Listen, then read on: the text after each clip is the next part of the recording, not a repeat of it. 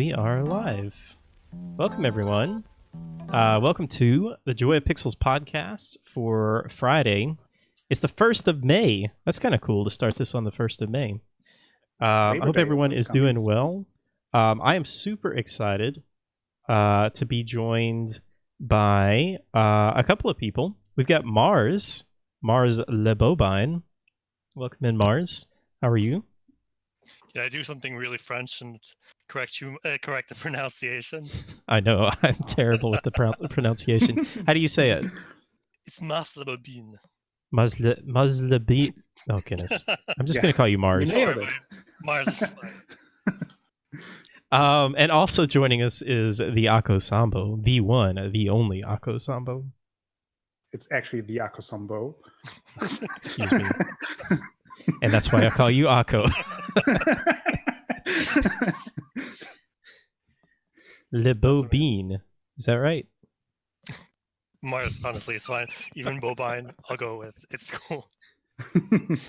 Well, welcome in, guys. I'm super excited to have you guys here. Mars, this is our first time seeing each other. So I'm super excited to have you with us. I know the chat is screwed up. I forgot that was going to be messed up, so I think I'm just going to turn that off on the screen, but we'll just roll with it. But how's everyone doing today? How are you guys? Doing good. Doing good myself, yeah. Cool. Vermont is saying I'm mirrored. Yeah, I feel like, I don't know, OBS mirrors it sometimes, and I think maybe it's because I am streaming, or I'm on a call in Discord, and I think maybe that is mirrored, or maybe it's being mirrored again in OBS. I have no idea. I'm sorry, Vermont. But anyway, I hope everyone's doing well today. We're just going to jump in and we're just going to chat about what we've been playing. And then I think we've got some interesting topics to talk about. I've got a couple of things that we can add that I don't think I put in here, but I've got a fun little game that we could play, I think. Surprising your guess. I know. Wow. And check my contract. I'll slip you an extra 10%. What is 10% of nothing? No bad at math, but I think it's infinity or something. Oh, that sounds good. So let's see. Let's jump in. Let's who wants to go first? Who wants to jump in what they've been playing? Mars, go first. Sure. Left to right. Awesome. Mainly I've been playing Chimera Squad that came out a few days back.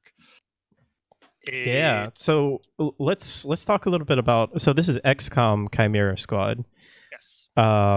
What's your history with XCOM? I played it when it first came out, the original XCOM. Like the original, like 1990, whatever. Yes.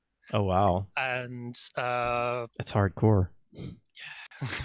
Oh wait, no, not the original. Sorry, the original remake.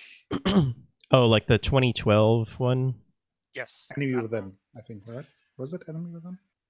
XCOM Enemy Within? I always forget whether it's Enemy Within or Enemy Unknown, because one was the right. Enemy Unknown. One was the expansion and one was the regular game. But okay, yeah. I know what you're talking about. Yes. Anyway. Enemy Unknown. Yeah, Enemy that was Within was like shit's going down from the inside. Okay. All that fun stuff. Yeah, and it's really captured my attention. It was a game that I think the first time that I played it, my whole weekend just like was shot. And I didn't get much into XCOM 2 mainly because there was a period of time. I think the period of time that it came out, I was working like 60, 70 hours a week and didn't have much time for gaming back then. But I always heard amazing things, and I know you were talking about how XCOM 2, War of the Chosen, was an absolute masterpiece. And it is. It's also ridiculously complicated and hard. But in an amazing way, right? Yeah. So I'm definitely looking forward to trying that one out as well. So, what made you want to get Chimera Squad? Mainly, it was cheap. It was $10. Yeah. I mean, Christ, how can you argue with that? And yeah, I saw a streamer also playing it. He seemed to be having a good time with it. And the missions, the way that they were set up was really, really well done. They were kind of like one thing that I remember in the first XCOM when I was playing it is that the size of the maps, and if you had to kind of like move around them, was troublesome. It would take a long time. You would take 2-3 turns to get at a certain location. But the breach mechanic, I think, really addresses that issue, and yeah, it's well done, I think. So, So what's yeah. the difference in gameplay to like XCOM Enemy Unknown or XCOM 2?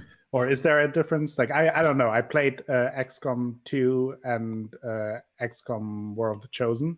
XCOM 2 was War of the Chosen. But and obviously I heard of Chimera Squad, but haven't seen anything of it yet. Go ahead, Mars. Well, the major difference with it is that it's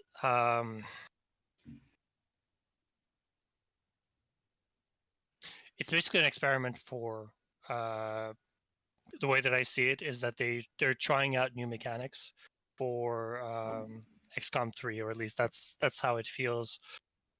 It's I guess it's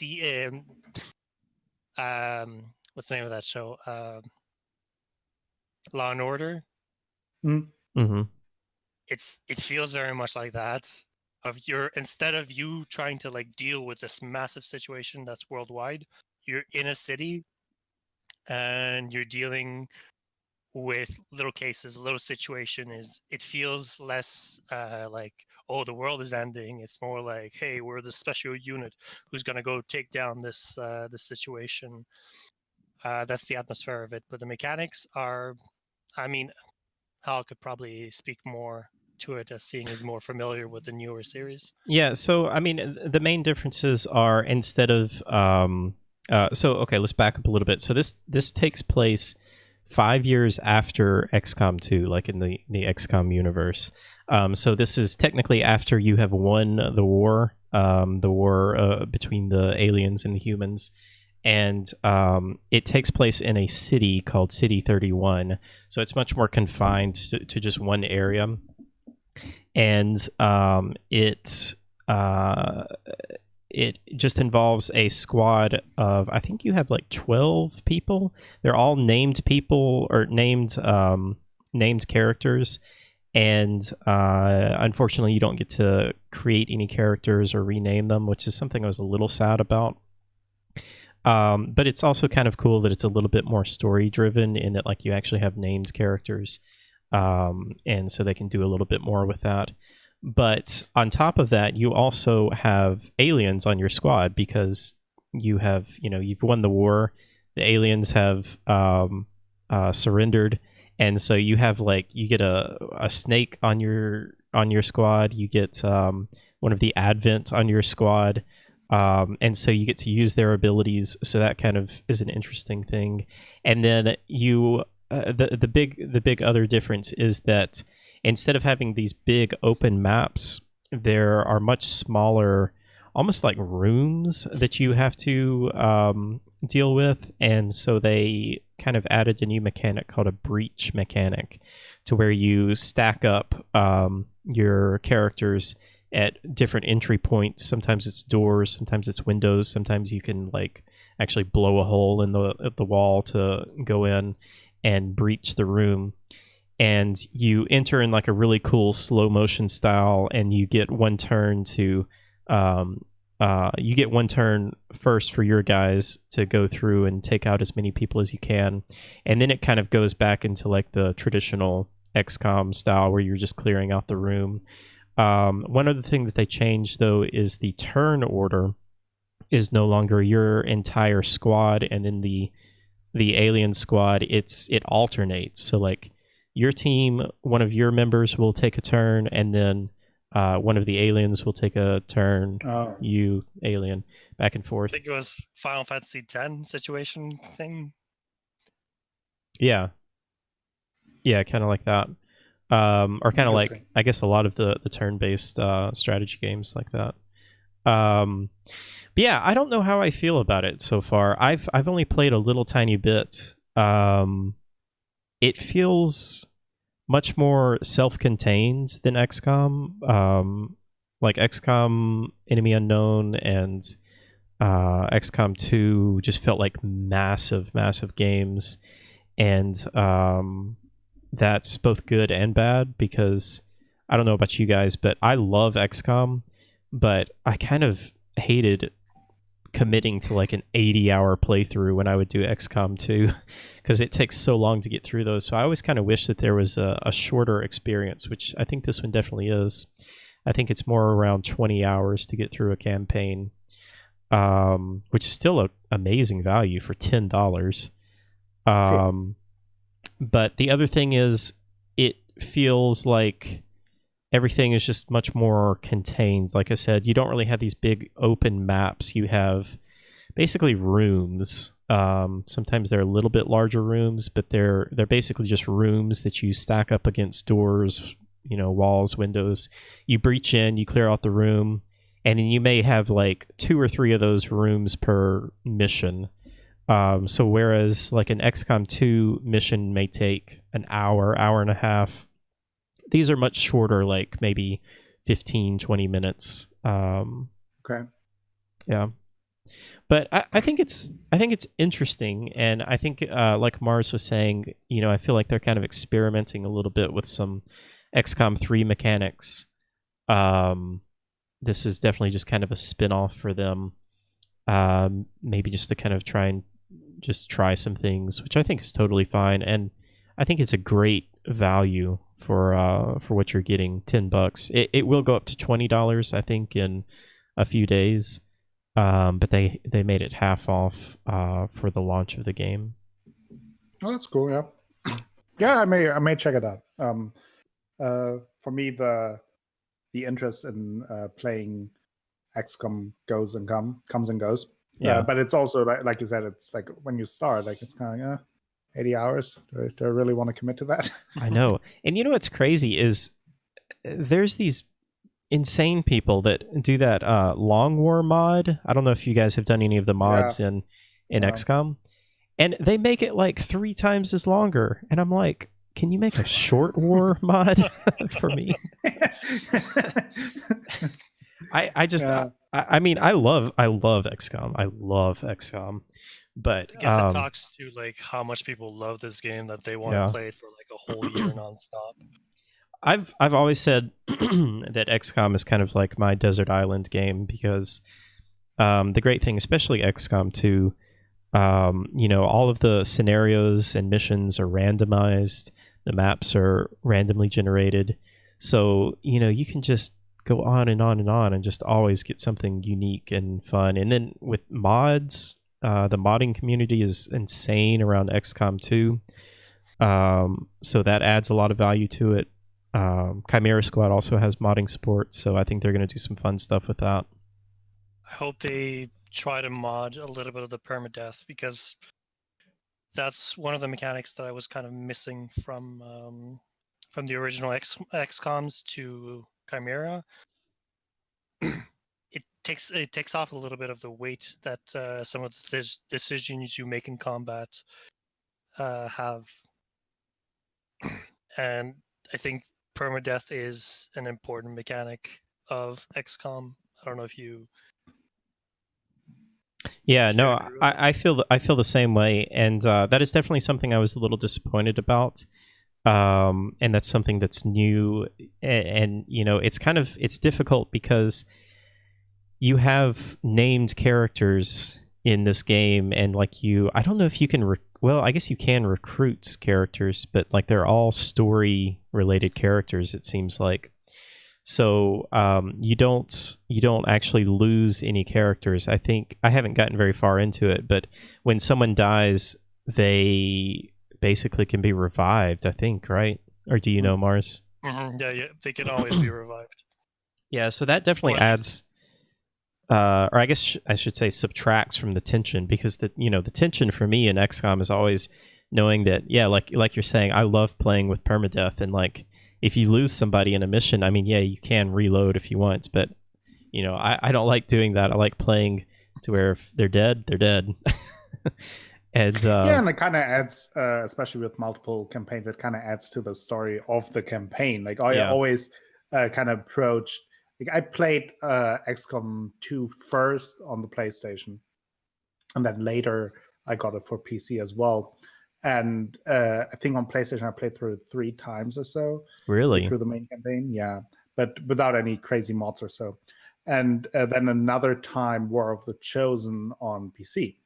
And I always kind of approach it like kind of like seasons, because Yeah. it's like you have new characters, you get attached to them, and like in some kind of crazy way you kind of imagine like their character and their storyline, and then your MVP dies halfway through and you remember him, and it's like a big blow. But that's kind of the fun of it, because like Yeah. you create these storylines on your own, and that adds to the replayability, of course, as well. Absolutely. Yeah, I agree. Absolutely. Yeah. Yeah, I still feel like it's way too early for me to judge Chimera Squad, because again, I've only played like maybe an hour of it. And the main reason for that is because Gears Tactics came out, and that game is amazing. Which also, like, I saw a little bit of you playing it, obviously, and then I saw a little bit of Luckless playing it, Mhm. and it just looks like straight up XCOM with Gears of War. It really is. That's the question that I have for you. What makes this Gears of War game and not an XCOM ripoff? Like, what are the differences, the key differences that make it like that pull it apart? Yeah, it's a good question. It's I feel like it's a little hard for me to talk about, because I've never actually completed a Gears of War game. I know literally nothing about the universe, other than there's aliens that I think are called grubs or locusts or something like that. I don't know anything about Gears of War. I never have really been able to get into it. I've always wanted to, but just never really been able to get into it. But I guess what makes it different, besides the obvious universe that it's in, are a couple of things. And I mean, again, I will say it is very much like XCOM, and I don't think that that's a bad thing, because I think XCOM is really, really good, and I think that they really take just about all of the good stuff from XCOM. But the differences that I've noticed so far, they're pretty minor, but there's some things like you have a lot more cooldowns, it seems like, instead of one-use things. Like, I don't know if you actually have anything that is a single-use thing. Like your grenades are on cooldown, which I thought was going to be really overpowered at first, but I mean, it's a pretty long cooldown. Like it's a 6-turn cooldown or something like that. The other biggest thing I would say is there's an execution mechanic. So when you kill an enemy, not every enemy, but most enemy, when you kill them, they don't die right away. You have, I think it's 2 turns to execute them. And what an execution does is it gives each member on your team 1 additional turn. So you can get to where like you chain these executions together, and you'll have like a massive amount of enemies on the screen, but you start chaining the executions together to where you'll get one person that has like 8 turns or something like that, or 8 action points for your 1 turn. So that's, I think, a really cool mechanic, and kind of encourages you to play a little bit more aggressive. The problem with that, obviously, is it kind of will leave you out in the open sometimes. Like if you have a if you have an enemy that goes down in the middle of the battlefield and there's no real cover around, and if you go and execute them, then you're just kind of stuck out there. Do you get like a combo counter, just like in Killer Instinct? There's not really a combo counter or anything, at least that I've seen. I'm still pretty early in the game. Yeah, I mean, it's honestly very, very much like XCOM.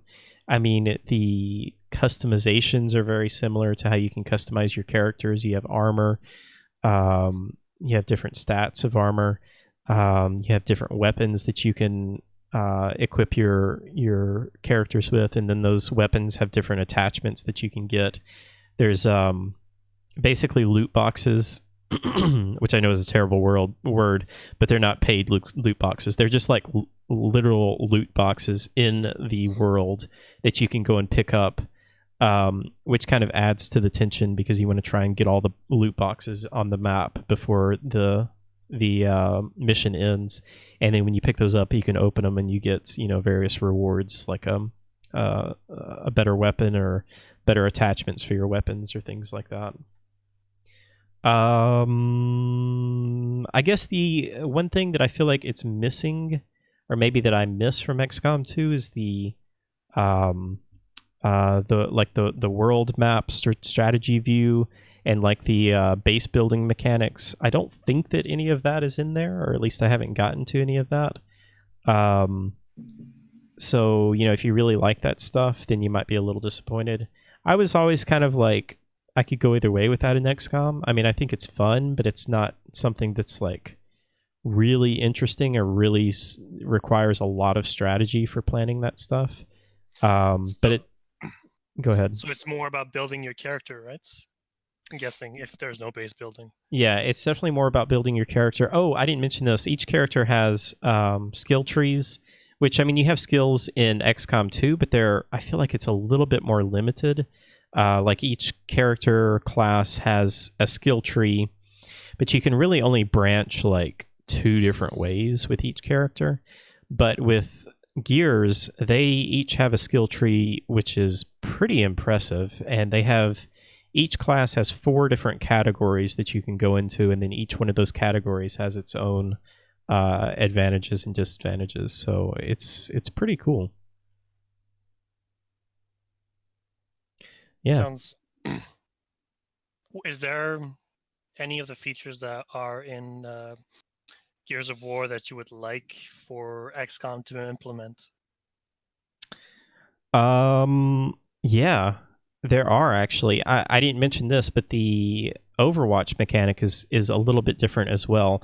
So in XCOM, when you overwatch a soldier, they just simply will attack anything within line of sight, right? But in Gears, you have to actually set up a cone of Overwatch. So, and you can make this cone as small or as big as you want. Well, you can't make it as big as you want, but you basically have a cone of Overwatch that you set in a specific direction, and I think that that's a really cool feature, and kind of helps you. You know, sometimes for me, when I would be playing XCOM 2, well, a lot of times I would put people in Overwatch, and a lot of times it would get triggered on enemies that I didn't really want it to trigger on. You know, it would trigger on an enemy that was way on the other side of the map instead of like a guy that was right in front of you. So this, you can set up a cone of Overwatch that will be like at a specific enemy, and then if they move, then they will Overwatch on that enemy. So I think that would be a really cool thing that they could add to XCOM. And the execution mechanic is really cool, although it's kind of like dealing with the Lost in War of the Chosen, to where like if you kill one of the Lost, then you get another turn. It's kind of like that, so they kind of have that implemented. But yeah, I feel like Gears Tactics just did a really good job at taking the formula and being like, how could we integrate this into our universe and improve on, some of the minor things. And I think that they really did a good job with it. I'm really, really impressed, honestly. What I'm actually curious about this is that, I mean, let's call it the XCOM formula. It's a formula that's basically tactics, but a lot of risk rewards towards mainly gears towards like cover shooting. Mm-hmm. What other franchises do you guys think could like implement that? Oh, can that's a take good their- question. Yeah, I really like thinking about that. I mean, like the first that come to mind when you say cover shooter is always Mass Effect. Like you Right. you could have Yeah. like your crew, or like you maybe like now I'm fantasizing, but maybe you have like a space station, kind of like Omega kind of thing, and you build that afterwards. You recruit people, and then you have to send people out to missions to then increase your base or your space base. I just want to say that you guys are going to break Vermalt's heart because she loves Mass Effect, but she hates XCOM and Gears Tactics. Oh no. So she would I think probably we kind be, of rip it apart. Like she one would half probably be very devastated happy, if I that love was it, the but I hate case. it. But honestly, I would love that too. Wouldn't that be great? You can I don't know if you've looked into this, Akko, but you can get enough mods on XCOM 2 to basically make a Mass Effect XCOM game. Yeah, I've heard of a bunch of them. Yeah, But that would be so cool if it was set. Like Omega would definitely be a really cool place. I think the Citadel would be a cool place to do it on. yes, or something like that. That I'm maybe you're just some kind of scoundrel who wants to like start your base, and that's what it like that is really what it revolves around. Yeah. And I mean, if you think about it, BioWare, at its essence, if you look at things like Dragon Age, and if you start going back even further, they're basically kind of like tactical in a way. Yeah, 100%. I mean, if you're going that like something like a Knights of the Old Republic thing, I that's the thing. I feel like the XCOM formula would work with pretty much anything, pretty Mhm. much any established world. Maybe not in every world as a main game, but at the very least as something like Gears Tactics, where it's kind of like a spin-off kind of thing. Maybe not for the full 50-60 bucks, but maybe like a $30 €30 game where you have 20 to 40 hours of this tactical thing in an already existing franchise. I think that works with pretty much anything. Oh yeah. I Nah, think even Mario, I heard, I'm not 100% sure, so don't quote me on this, but I think there's even a tactics. Yeah, Oh, yeah, there actually, is. I'm playing it right now. Mario funnily plus enough, because Rabbids. it was, yeah, and it's fun. Like I haven't played much, but it's just something that I every now and then play for half an hour or so, and it's exactly that. Like you have your there you have obviously less characters, and I don't think there's something like a permadeath thing in a Mario world. At least I haven't seen Princess Mario Peach being dies. decapitated or something like that. But it has some cool mechanics for sure. It works in a similar way where you have to look out for covers and different abilities for different characters. So it definitely has some cool mechanics. And I think if anyone likes these types of games, I feel like Mario versus Rabbids is a cool just for fun on the side game to play every once in a while. Yeah. But is it like, oh, that's cool, or is it, oh, that's cool? Kind of like, you know what I mean? It's cool. Yeah, it's no, it's a fun game. It's a fun game. I personally wouldn't like sit there and play like 5 hours of Mario versus Rabbids, but it's a game that when you pick it up, you have fun with it. For like bridging an hour or so, where you just want to spend some time and maybe not have like this super deep story or want something super intense, but just like a fun tactical thing. It's almost approaches more like of a puzzly type where we're just like, I'm just sitting back, hanging out a little bit, and doing some combats. It's like baby's first XCOM. It's it's very, very simplified. That was kind of my problem with it. I played a little bit of it and enjoyed it, but it's very, very simplified. And maybe it gets a little bit more strategic later in the game. But, you know, for instance, like you only have, I think you only have like a 0%, 50%, or 100% chance to hit enemies. Like there's no real in between. And it just didn't really seem like it was quite as, you know, strategic as I might want it to be. coming from XCOM. That changes later though. I saw a streamer play it later on, and it got pretty intense because because I think you stick with 3 characters, and you then have a bunch of enemies with different kind of abilities, and so you really have to plan out how you move and where you move, because they also cover a lot of ground. And yeah, the target percentage is not as there's not as much of a very different Variable? numbers. Variation? Yes, that is what I'm trying to say. But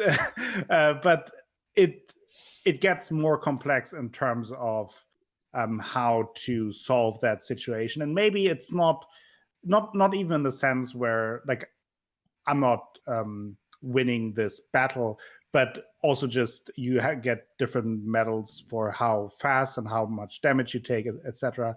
And I think if you can, in that sense, it's more of a puzzle game where you later really have to think about, okay, if I won the gold medal here, I really have to think through which path to take and how to do it the best way or the most efficient way. Yeah, I need to get back to it. Have any of you guys played Fire Emblem? Fire Emblem Three Houses? Not Three Houses, but I played the old one. I mean, the first one that came out on, I think, GBA GBA. Okay. And I've been aware of the series for the longest time, but most of the time I didn't own a Nintendo console to be able to play it. Do you have a Switch, Mars? I do not. Okay. Yeah, I was a little disappointed with Fire Emblem Three Houses because everybody was telling me like it was really, really intense as far as the turn-based strategy goes, and everybody was saying like it was so hard, and so I decided to play on normal when I first started it, and you can't change the difficulty, which I hate games that don't let you change the difficulty, and it is so incredibly easy. Humble brag. I mean, look, I'm kind of an expert at XCOM, but no. No, I really don't think I'm that good. I just think this game is way, way too easy. So I started it over like 30 hours after 30 hours, and started it over on the hard difficulty, and I think it's better, but I still think it's just too easy. I'm curious, were people saying that title was hard, or just the series? They were saying the past ones were much more complicated and much harder. So yeah, I mean, I hadn't played any of the other ones, but I was a little let down because I was expecting it to be like, super in depth and really, really a challenge. But it feels a little just broken in the way of its difficulty. From the past 6 titles that I've played, I always found that it was a good balance. It's true that it was also my kind of first introduction to tactics games and all of that, and probably the same thing for a lot of people. I mean, this franchise came before games like Final Fantasy Tactics. That's what I was going to ask. Did it come before Final Fantasy Tactics? The franchise itself, yes. Yeah. It didn't make it to the US just till a little bit later, but that series existed for a long, long time. And it's always been known as brutal, at least in the sense of the permadeath. And the funny thing that this game has going for itself is that a lot of the characters that you play with are part of your story, are part of the kind of, at least adjacent to the narrative. And yeah, the story is definitely interesting, and that's kind of that's definitely what's kept me going in the game. So yeah, I will give you that.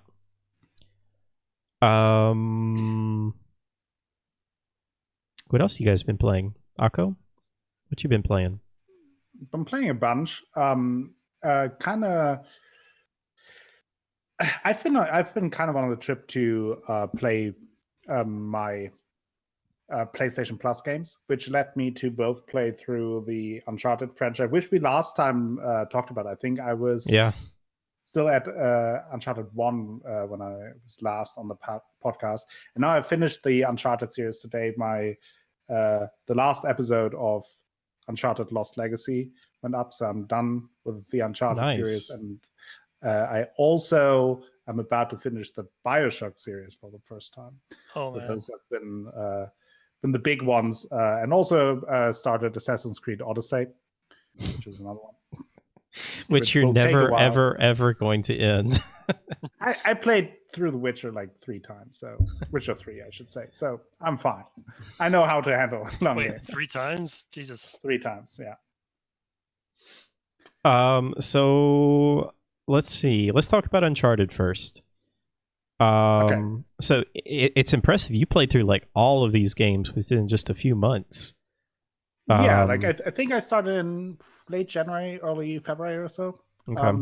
Whenever that was, when I think Uncharted, the Nathan Drake collection was on PS Plus in January, and then somewhere there I started, and now I finished all 5 games, or 4.5, since Lost Legacy is a little bit of a spin-off, but it's not that much shorter than the. It's basically like a full-length game, isn't it? Yeah, like it's about the same length as the first 3. So yeah. So overall thoughts, what did you think about them? Or what did you think about the franchise? The first one was like it was really nothing special, honestly.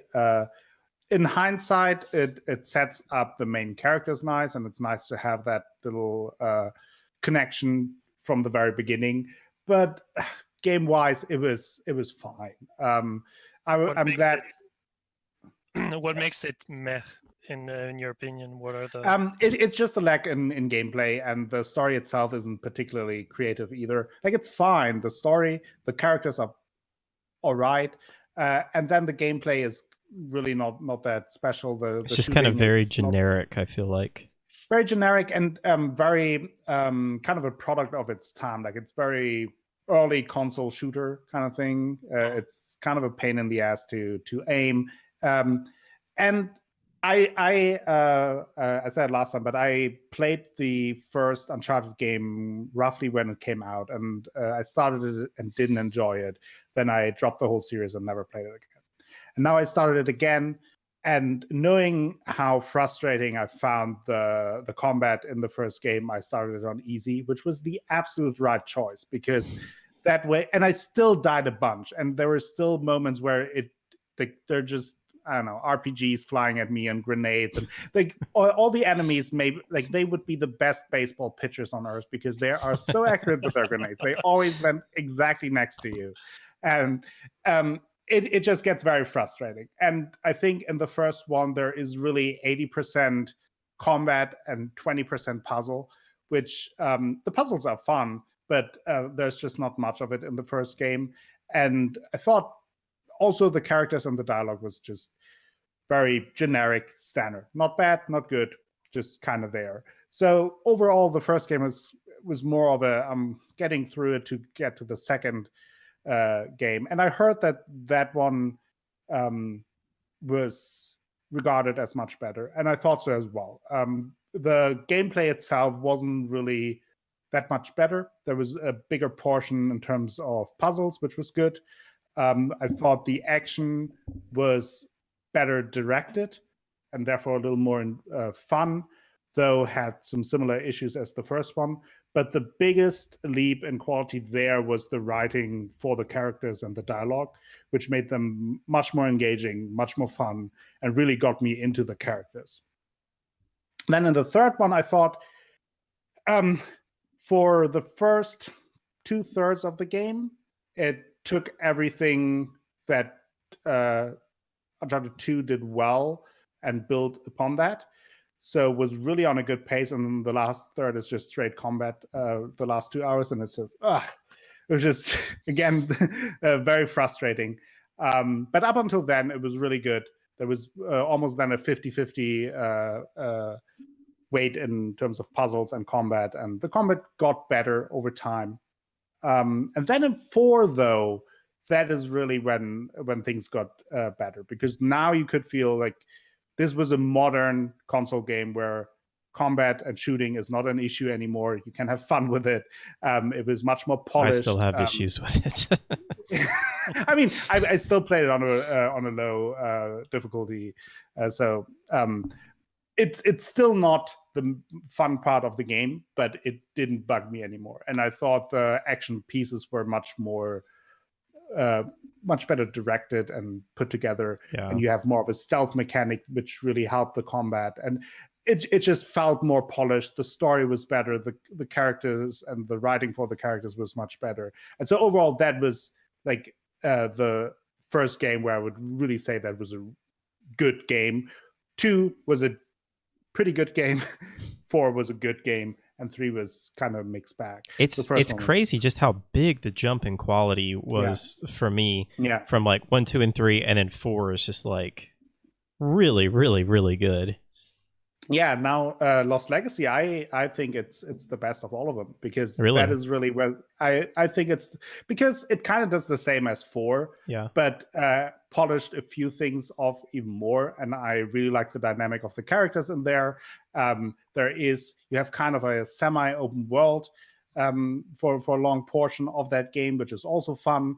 And I think that just kept it very fresh. I think it was also then after 4 games having new characters, or that you are familiar with, since it follows side characters from the previous games without spoiling anything.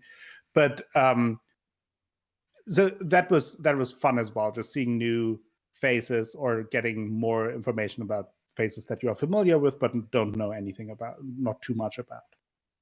Would you recommend people to play the games the way that you did, like from start to finish?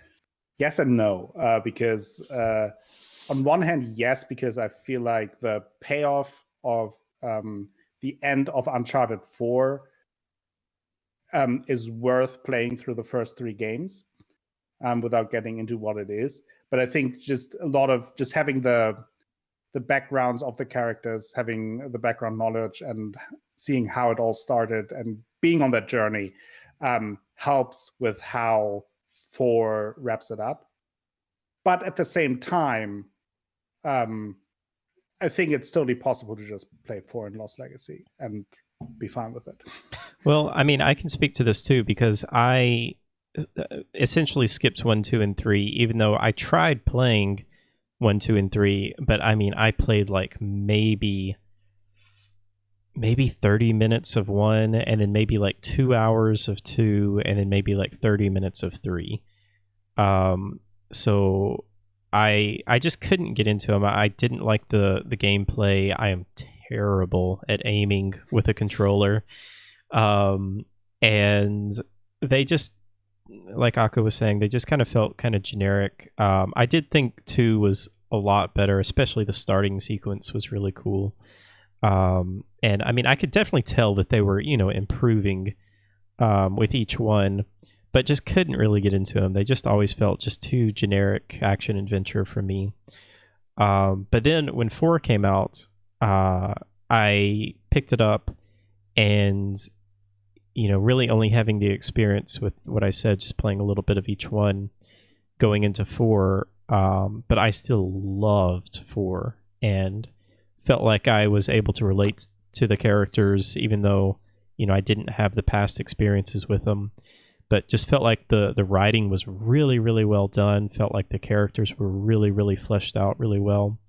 The gameplay was easily the best that it's been in the series. Well, except for Lost Legacy. I agree, they kind of evolved on that and made it even better.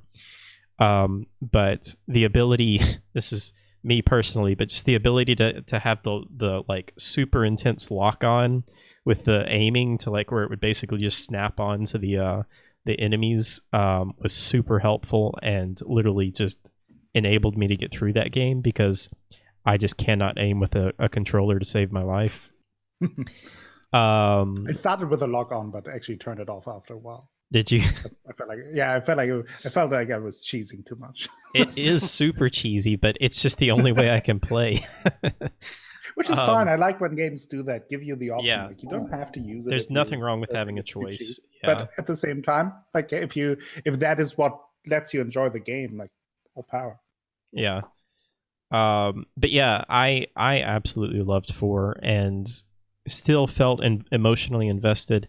I know that I, probably didn't have the emotional investment as much as someone like Akko or someone like Danny Owen in chat or other people that have played these games and love these games.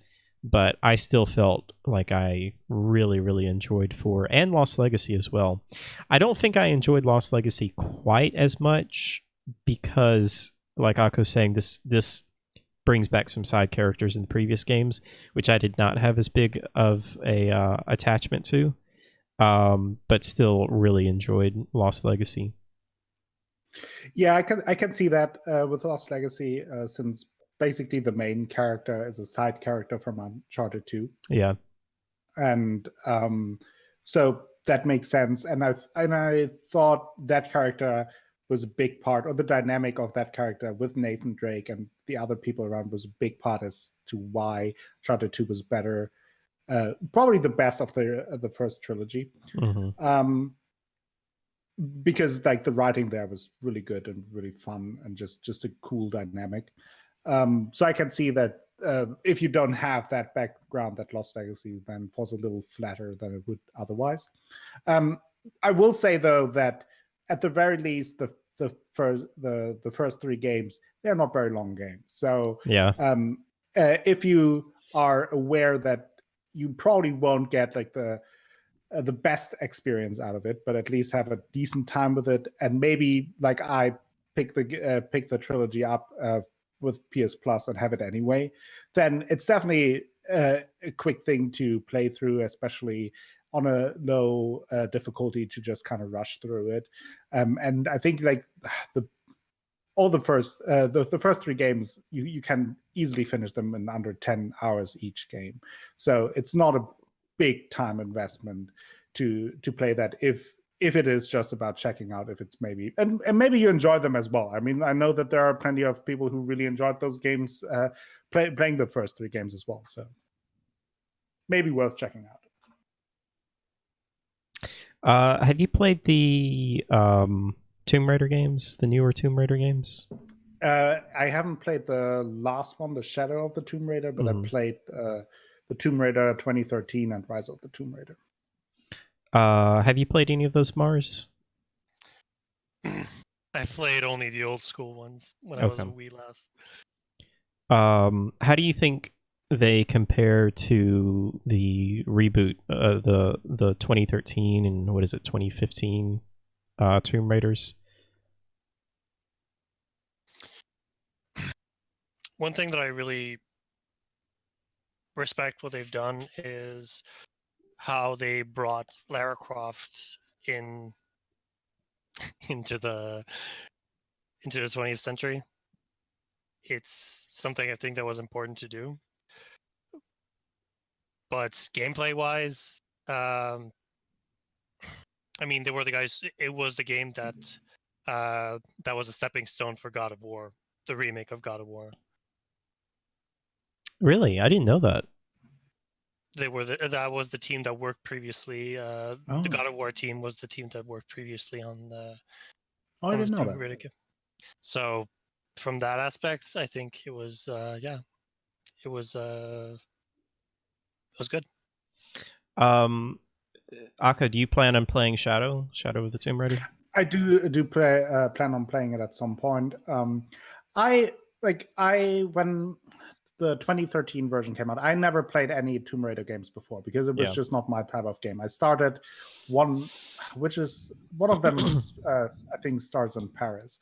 That I tried out, and it just wasn't for me. And just generally the type of game just wasn't really on my radar. So when the one in 2013 came out, I gave it a chance, and I really enjoyed it. It definitely has its flaws. I wouldn't say that it's too exceptional, but it does a good job of revitalizing the franchise, I think. And I had a fun time with it. And then I started Rise of the Tomb Raider one time, and I had fun with it, but it also kind of the formula didn't really kick in too much. Like it was fine, but then something got in the way. I lost track and I didn't continue. And then I actually played through Rise of the Tomb Raider fairly recently on stream again and started over. And it is fun to play, but I also am not clamoring for more of it. So I think I will play Shadow of the Tomb Raider when I'm in the mood for it, and I'm sure it will be a good time. It will be a fine game. I'm sure of it, but it's also kind of like more of the same. I felt like in Rise of the Tomb Raider at some point, it's like, yeah. I mean, they've done that. It's fun, but I don't need to have more of it. Shadow is really cool because, without going into too much detail, I think the story is really, really interesting. And basically, Lara ends up being the bad person. I mean, for what she does, the way that game starts out, I don't know if you know anything about it. But it revolves around the Mayan apocalypse, and she, is basically starting the Mayan apocalypse and realizes that maybe she shouldn't be raiding all of these doing tombs. That. Yeah. Maybe I shouldn't start the apocalypse. It's reflection. I think it's pretty interesting. I think that is really something that I had somewhat of an issue with going through Rise of the Tomb Raider, is that Lara as the main character is not super compelling to me. Like she's just kind of there, and I think at this point, like, we know about Lara Croft so much that it's like there's not. I don't know, like she's Lara Croft, but it's also, there wasn't too much character development within Rise, I felt. I thought the 2013 did a good job at kind of humanizing her, and that's and I feel like that is what I then was missing, that the next step in Rise just wasn't there. She was just kind of like, she was at the end of Tomb Raider 2013 and carried through Rise of the Tomb Raider, which again was fine, but there was just I wouldn't say that I got bored with her as the main character, but there was also nothing that compelled me so much that I need to know more about where her journey goes. Yeah. Whereas with 2013, there was this, now she's Lara Croft at the end. Let's go on a next adventure. Like that, let's go raid some tombs or whatever we're doing. I remember their like tagline or whatever for the 2013 was like, "Become the Tomb Raider," and then in the next one you were like, "Become the Tomb Raider again," and then Shadow of the Tomb Raider was like, "Lara is the Tomb Raider." Wow. Yeah, that's great. I the starting sequence of the 2013 one was very well done. Like the first hour or so, but it also made me laugh because she falls on her face so much. She gets so injured, and like every 10 seconds, like something falls on her, something like stabs her. Like she just gets injured every 10 steps, and it has kind of some slapstick moments to it. Those death animations, man, they're brutal. Yeah. Not that I would know how they look like. But I tried to make like a point of the fact that she's not as invulnerable as she used to be. For sure. Yeah. Oh, for sure, and they did a good job with it. It just, I think it was. I played through it, and then when I think I watched Christopher Ott play his playthrough, and I just noticed that she's just constantly falling on her face. Yeah. Well, she had to become the Tomb Raider. Yeah, she's working on it. Maybe one of these days, maybe she will become the Tomb Raider. So would you say you prefer Uncharted over Tomb Raider? Uncharted 4 over Tomb Raider. Yeah. If I take like the hours that I spend with Tomb Raider 2013 and Rise of the Tomb Raider and overall hours in the Uncharted franchise, it gets close, because like those two games are better than the first 3 Uncharted games overall, I think. Yeah. But Uncharted 4 is the better game compared to the Tomb Raider games. Uncharted 4 is darn good. Yeah. Yeah. It really is. It does the action-adventure genre very well. Mm-hmm. Yeah. Those Naughty Dog guys, they're pretty good. We had the discussion last time. Okay. Would you say that the flagship game of that genre is now Uncharted and not Tomb Raider? Actually, Oh. yeah, I would say so. Oh, I don't know. Would you say Uncharted is more iconic than Tomb Raider? I don't know if I would say that. Oh, no. No, because you have the longevity of Tomb Raider franchise. I But mean, if you're, yeah, like if Tomb you're Raider saying started. right now, Yeah. like Uncharted is to the 2010s what Tomb Raider was to the 1990s and 2000s. Yeah. Tomb Raider, you got to step up your game. Yeah, gotta become the Tomb Raider, or it's like go beyond the Tomb Raider. Like, what is next? Beyond the Tomb Raider. Tomb Raider Resurrection. This time it's personal. Too Well, serious. it's about time for us just to get another game and then just call it Tomb Raider, right? Yeah, Because then it's Tomb Raider 2030. Yeah. Have you played Last of Us? I probably asked you this last time. Yes, I did. Yes. Okay. Have you played Last of Us, Mars? First hour, and I need to get to it. Did you just just fall off of it? Something come out or something else? Not at all. It's just I was busy at the time, so I Yeah, didn't fair have enough. much time for it. But I can see that opening sequence could. God, It's one of the best opening sequences I think maybe ever in a game. I mean, as far as like emotional impact.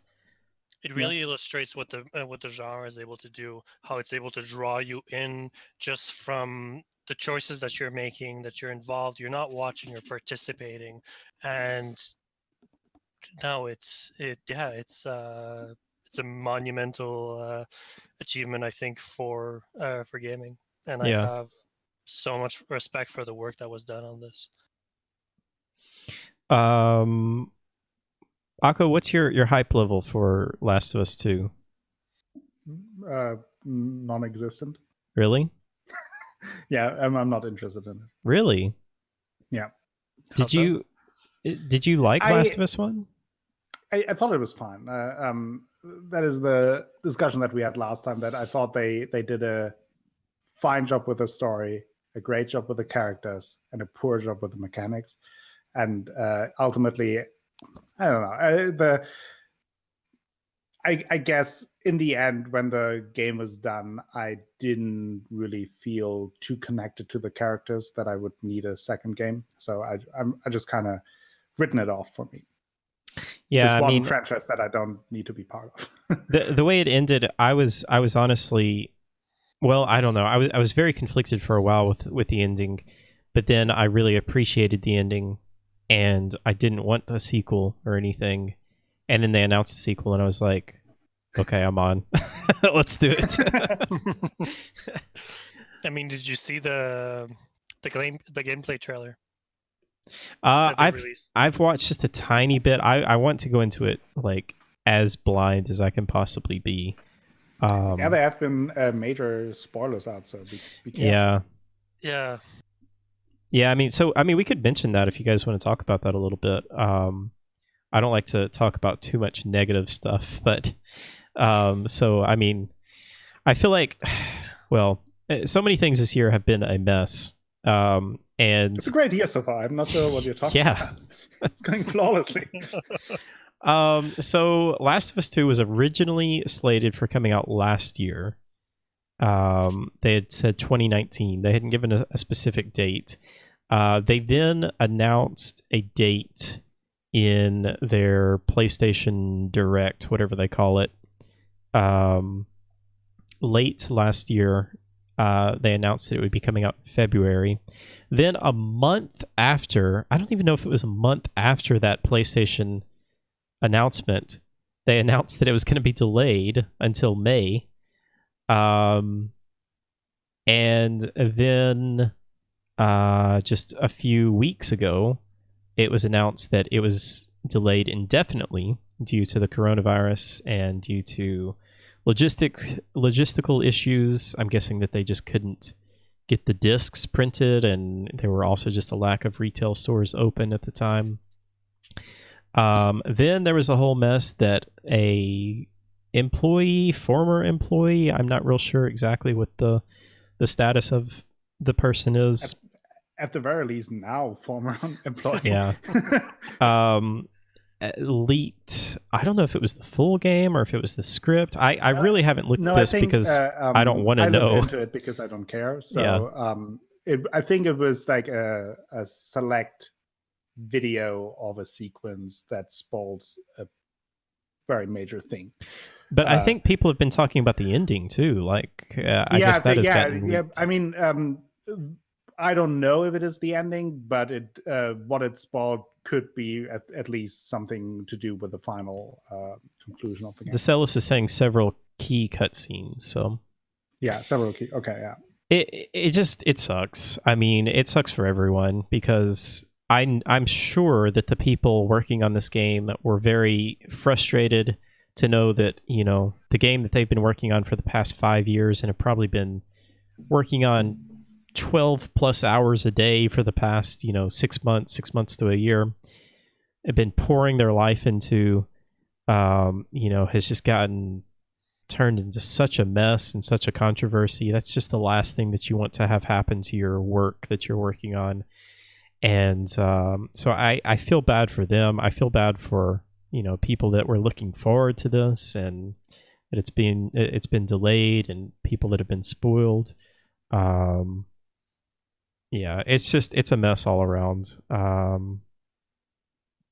much else to say about it. I mean, obviously the disgruntled employee, ex-employee, that really didn't help anyone. Like, he just hurt a bunch of fans, kind of hurt his coworkers who also worked on that. Ultimately, I don't think it will impact the sales by any means, because even the people who got spoiled probably will buy the game. So it the act of protest didn't really matter. It just had a negative impact on people. Actually, there was a release that was made for it. It's in June, I believe now. So. Yeah, sorry, I didn't actually mention this. I forgot to mention this. They did finally come out and say a lot of people think it was because it was leaked. They came out and put a hard release date now of June 16th, like 21st. Yeah. Something along those lines. And I think Mars is frozen. I am. Can you guys still hear me? Yeah, we can still hear you. Brilliant. Maybe try toggling the video. Very disgusted at me, yeah. I'm shocked, appalled. June 19th is the official release date now. So yeah, hopefully it doesn't get delayed again. I can't imagine they would delay it again. Yeah, and take time, Mars. I guess my final point for this was just like, at the end of the day, though, although that behavior is in no way condonable, it's kind of what you get for treating your employees badly. Like, that is just what happens. Like, people will act up, and that the working environment at Naughty Dog has been poor, to say the least, for the several releases in the past, has been no secret anymore. So it's just one of those things. If you don't want these things to happen, better change your culture a little bit.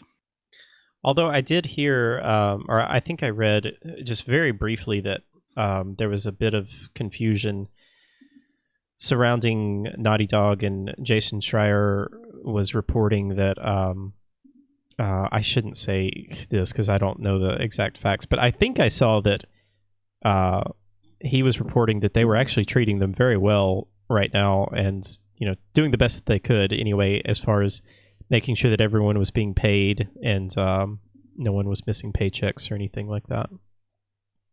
Yeah, I mean, well, you can only hope that that is the case. But I think, at least for the last game releases, the there's definitely been some issues. Has been very bad at Naughty Dog, and hopefully now. And then I think there were multiple articles from Kotaku about that. Maybe that woke up some people at Naughty Dog, that they don't want that negative press, especially coming into what was planned, like already the release of The Last of Us 2. hopefully they then change it and now want to turn things around. You can only hope. But again, like kind of reap what you sow in some ways. Yeah, absolutely. Mars, are you still with us? We may have lost Mars. No, there are other planets. Let's see. What else have you been playing, Akko? You want to talk about Bioshock? Yeah. Yeah, so Bioshock was another one of those franchises that just eluded me because I am not a big fan of first-person games. And I heard that obviously a lot of people are a fan of it. And also, I'm not a fan of horror games. And I heard Bioshock is a little bit, at least some parts horror. So I just kind of stayed away from it. And then then it was also the free game on PS Plus, and I was just okay, just do it, just see how it goes. And I had a good time with it. I wouldn't put any of the three in my favorite games of all time list, but I liked it. I like them all, and I have probably the unpopular opinion that I personally like 2 the most. I think 2 gets a bad rep. I don't really know why people disliked 2 so much. I mean, I don't think it was my favorite, but some people like really hate on 2. Yeah, I've noticed that it's like everyone is like saying, "Oh yeah, 1 and 3 are great," and 2 is like, "Well, maybe you can just skip it." And it's like, I mean, it's kind of like, I guess it's kind of like the Dark Souls 2 discussion. I think it was directed by a different team, different director. Kevin Levine, however you say his name, I believe did Bioshock 1 and then came back for Infinite. And I don't think that he did 2. I could be wrong on that, but I think that was one of the reasons or the problems that people have with it. I think there was some kind of change in direction somehow. Yeah. I'm just going to message Mars and see if we lost him. Did we lose you, Mars? But yeah, I personally preferred 2 over 1 and 3 because I felt like they did while I do like a good creative approach to storytelling, and I do like an open way of storytelling, I felt like I was able to connect more with the Bioshock 2 story. I thought it was told a little more I don't know, condensed, and it was a little more easier to digest, because with the first one I also had some gameplay issues, where there was so much happening. You're in this new world, you don't know what's going on, there's constantly enemies popping up, and then you have the audio logs, but there's also still stuff going on, and you just miss so much, especially when you're then also streaming the game and you kind of have to look for chat and everything. And I feel like I missed a big chunk of it. While I could see the brilliance behind it, I wasn't really able to digest it because I felt like I was missing too much of it to really have a strong opinion on it. Whereas with 2, I felt like I had a much better grasp on what is actually going on here, while it still was not obvious what's going on, but like I knew, okay, like I get what's going on here. Now tell me the story and surprise me with it, I guess. Welcome back, Mars. You back with us? Welcome back. Sorry about that. Technical difficulties. No worries. All right.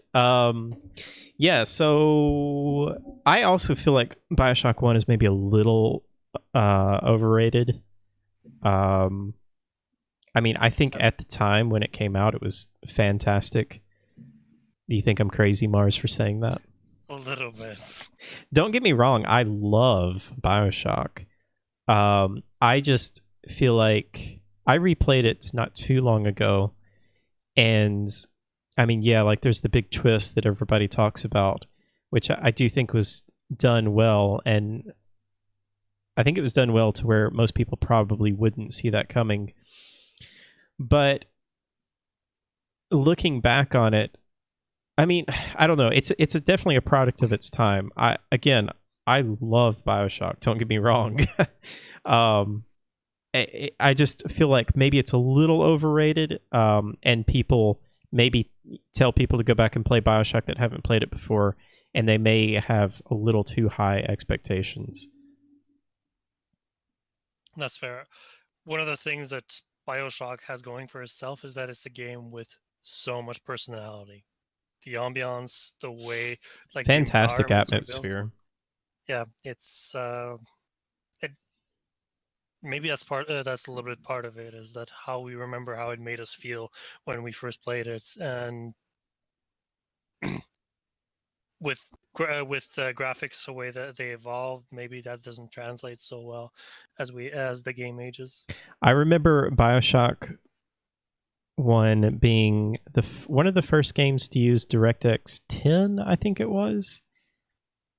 And there was this big thing that, like, it was one of the first games to have, like, realistic water, and that, like, you could walk in it and the water would, like, leave trails behind.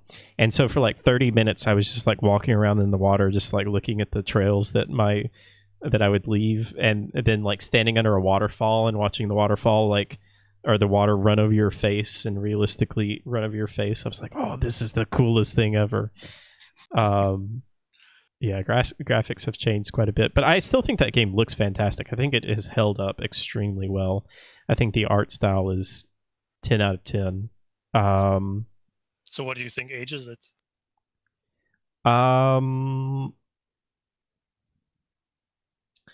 I personally think and that I don't know if it's that we talked about it a little bit during the streams, and we didn't really come to a good conclusion there. Maybe it's just it's not an issue on PC, but since I played it on console, one of the issues that really bugged me was that you either had one of the, what's that called, the abilities, I already forgot the terms, plasmids. Yeah, you either had the plasmids in your hand or a weapon, and in combat you could have just one of the two. So that made the combat pretty clunky. Which then in 2, that wasn't the case. You basically had it like in Skyrim, where you can shoot with one hand your plasmid, and with the other you have your weapon. So that really bugged me in combat, and was just, it wasn't bad, but it was just a little aged, I guess. Yeah, I can see that. A little aged. And the, like, don't get me wrong, I love all of this, even though it's a little bit of nostalgia speaking, but like the having to play Pipe Dreams to unlock the thing, I think that didn't really age very well. I love doing that, and that's like a nostalgia thing, because I literally used to play the Pipe Dreams game when I was a kid on Windows 95 or whatever it was. So I loved that, and I still love that, but I don't think that translates very well into 2020. And I think just like the notion of the little sisters, like it's cool, but it's also really creepy. And having like the either, the binary choice of saving them or harvesting them, and then which direction you take doesn't really make that big of a difference in terms of how much Adam you get. Like if you save them, I think you actually end up getting more Adam than if you harvest them. That's actually a theme that's recurrent through the games, the illusion of choice. And part of that, the idea of that, was to make it a little bit of a commentary on gaming in general, and how we often are placed in situations where we most probably have a choice to do it this way or that way. It's, yeah, at least it's getting a little bit more blurred nowadays, that the fact that there may be multiple endings, there may be multiple results that you might get. But most of the time in video games, the way that they were produced is that, yeah, you were given a choice, but it never really led anywhere. Yeah, it's like Walking Dead. I don't know if you guys played the Walking Dead Telltale games. Some of it. But I loved the Walking Dead one. Don't get me wrong, I love it. But all of the choices that you have in that game, like, it ends the same way every time you play. And I don't know if that's necessarily a bad thing. Like, I think it's. I think in those cases, sometimes the illusion of choice is just as powerful as a choice, since Yeah. you don't know if it is a choice. Like, you don't know which choices will impact your ending and which won't. And I think that used correctly is just as powerful, maybe even more powerful, if you can like hide the meaningful choices in a way where you don't even know if that was impactful, or are surprised that something that you did that you didn't think will have that much of an effect will have a big effect later. I think that is fine, which is also why these types of games, I don't replay them, because that illusion then is gone. I don't want to ruin my illusion too much either. So I just play them once, and yeah, I'm then in the illusion. I don't know if it would be completely different if I play it any other way. And I know there are always limits to it, because you can't have like unlimited options.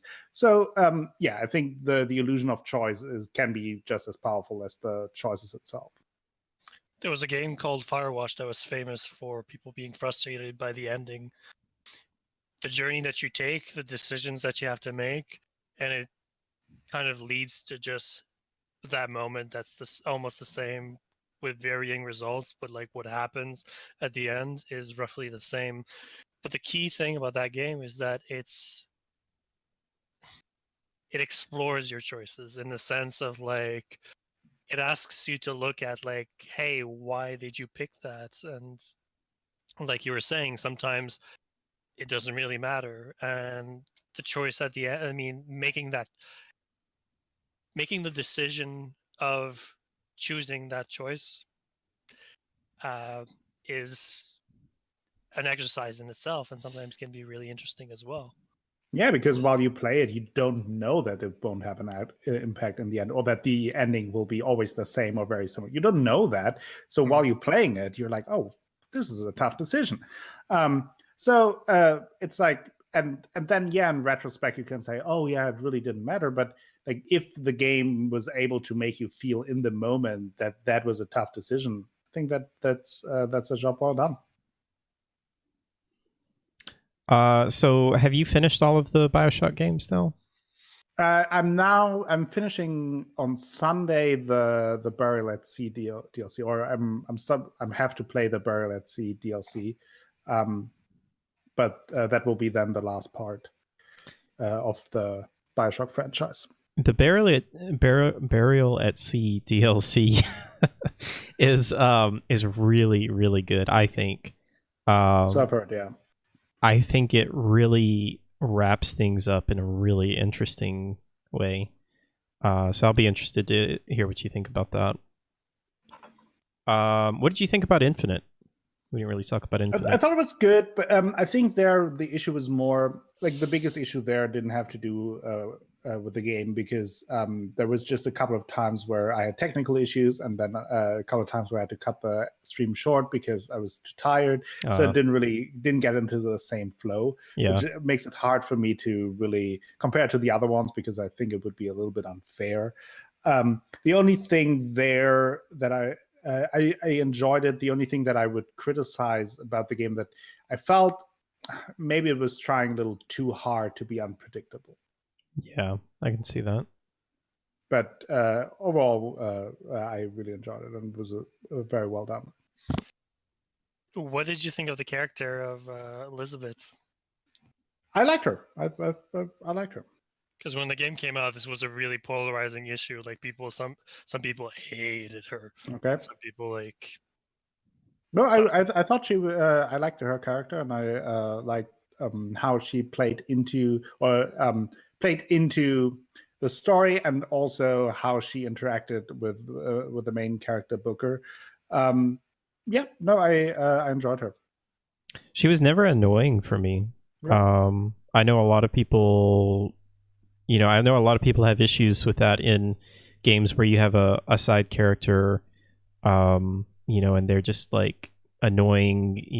It goes back to like the um, Resident Evil 4 and having to carry Yeah. Ashley around all the time. But yeah, I really liked Elizabeth, and I liked how she would toss you ammo and she would find money for you and that kind of stuff. And I thought she was just a very well written character. Yeah, I agree. Was very well done, and also she wasn't just useless. Like she did Yeah. help you out. Like there was a mechanic to it. She was not just around, and you carry her through the levels, and she had some nice dialogue. But she also had some gameplay impact that was fine, but also not overbearing. So yeah, no, I enjoyed her as a character and as a game mechanic, I guess. Cool. I remember That from, is, like, by the way, something that I really enjoyed in Uncharted Lost Legacy. That for the biggest part of the game, you have your main character and a sidekick, and your sidekick is not useless in that game. They did a really good job. For example, there are some stealth sections where you like crawl through tall grass, avoiding Pokemons and choking out enemies, where your sidekick is actually helping you. Like Did you say avoiding Pokemons? Of course, it's tall grass. You always have to look out for them. Where when an enemy is walking close to where they stand, they actually take them out sneakily, like you would do, which is a little thing, but I thought that was very well done.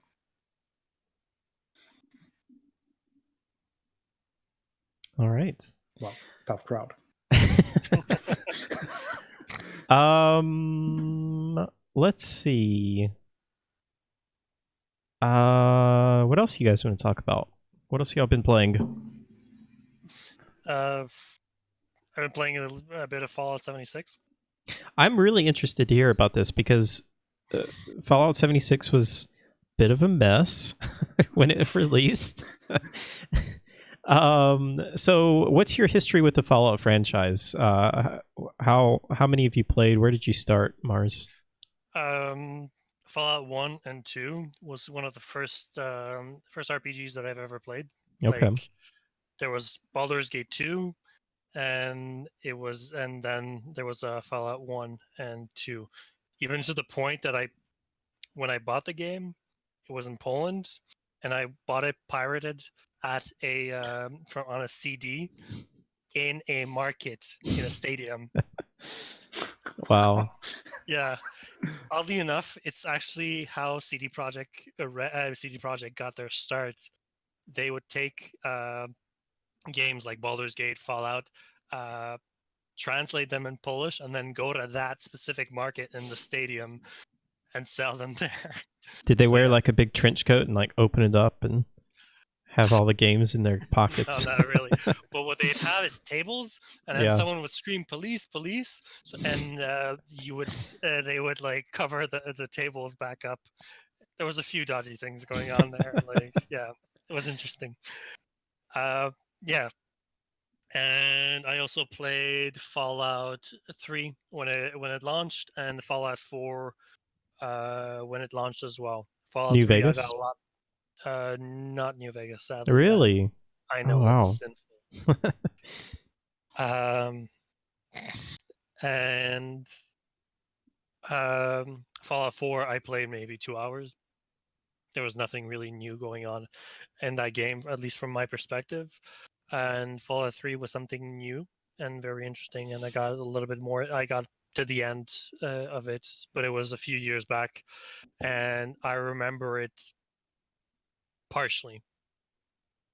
It's not ingrained in my mind, but I remember bits and pieces here and there. Yeah, so that was my history with. But I didn't play Fallout 76 when it launched. Okay, that was going to be my next question.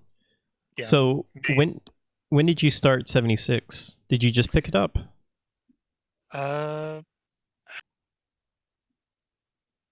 it was maybe a few days after it was launched. I was just patting the water to see if it was okay.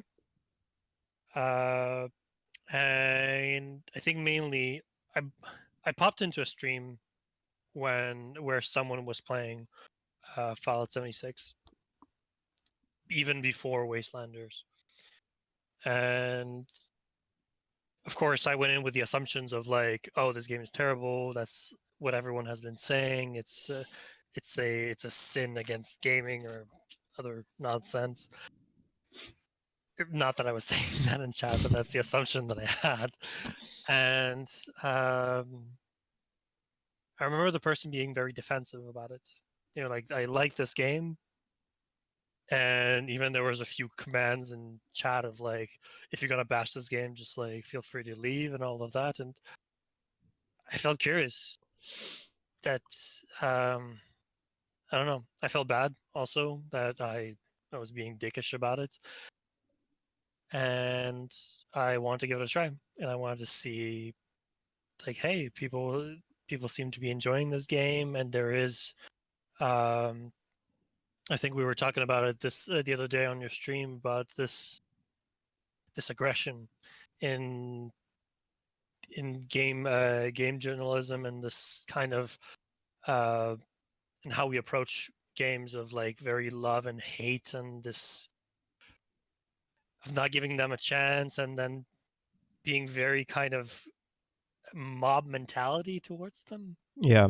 And yeah, I don't feel that's right, and yeah.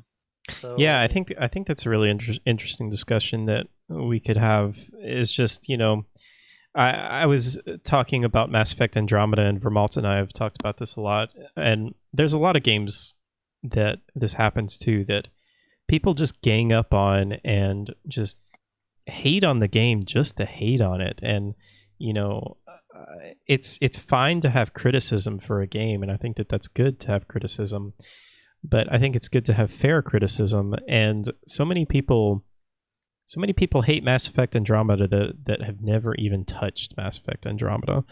So many people hate on Fallout 76 that have never played Fallout 76. And you know, you can say what you want about, you know, their business methods, business practices for Bethesda, whatever, but I don't think that they want to make a bad game, you know. And so I just want people to be a little bit more nice to people, and you know, it's okay if somebody likes a game that you don't like. That's okay. Just don't make them feel bad for liking a game that maybe is not a popular game or not in the popular opinion. And also, it's totally fine to like things that are objectively bad. Like, there are things that I would say, like, I wouldn't consider it to be good, but I had a fun time with it. Yeah. I watched Samurai Cop not too long ago, and I know exactly what you mean. Yeah, like I feel like I personally have it more with movies, because like with games, it's oftentimes like, if it's not good, I like at some point you kind of lose like the fun. But there are certainly things where, like, even some of my favorite games have very obvious flaws where I'm not against pointing that out. Like, or like, even I have that a lot of time doing a stream where I'm talking about it and I'm pointing out, oh, I don't like this, or this section I really don't enjoy. But that doesn't mean that overall you can't enjoy it, or that someone else might really like that part. That's the thing. I think it's about being subjective, and also taking consideration where others people gaming journey has taken them. I mean, one of the things like we were talking about a game aging. Part of also one of the reason why a game ages is that you got to experience other games that did something better or did something differently, and kind of shifted your perspective on what how that mechanic should be. And not everyone played like the whole collection of like all the games that's been released in the past 20 years. I mean, if you took someone and presented them with like as their first game, like, I don't know, Zelda or Ocarina of Time, like they would have no kind of like no gauge to be like, oh, this game is not so good compared to that. But I mean, it goes a little bit more in depth than that, but it's part of it. The comparisons that we make between games. So you can't, yeah. But you know what you guys does that make sense? What I Yeah, absolutely. Witcher 1, probably my favorite game of all time, and it gets hated on so much because people, I don't know, they say the combat's bad, they say it's janky, and I admit, yeah, I know it's janky, but I love that game. And I love the combat, and I will defend the combat in The Witcher 1. But yeah, I totally get what you're saying, and yeah, well, let's go back to Fallout 76. So, what do you think about Fallout 76? So, Wastelanders was the new big update that added NPCs to it. So, how is it now? the best way that I can describe it is it's a steak that has been the seasoning has they didn't do the seasoning really well. It's still a steak. You're gonna enjoy it. It's gonna nourish you. But it's not gonna be. You're gonna feel that something is missing, and I can go more more in depth what I mean by that. But that's like the bite-sized version of my review of Fallout That was a lot 76. steak. Is it? I mean, is it fun? Are you having fun with it?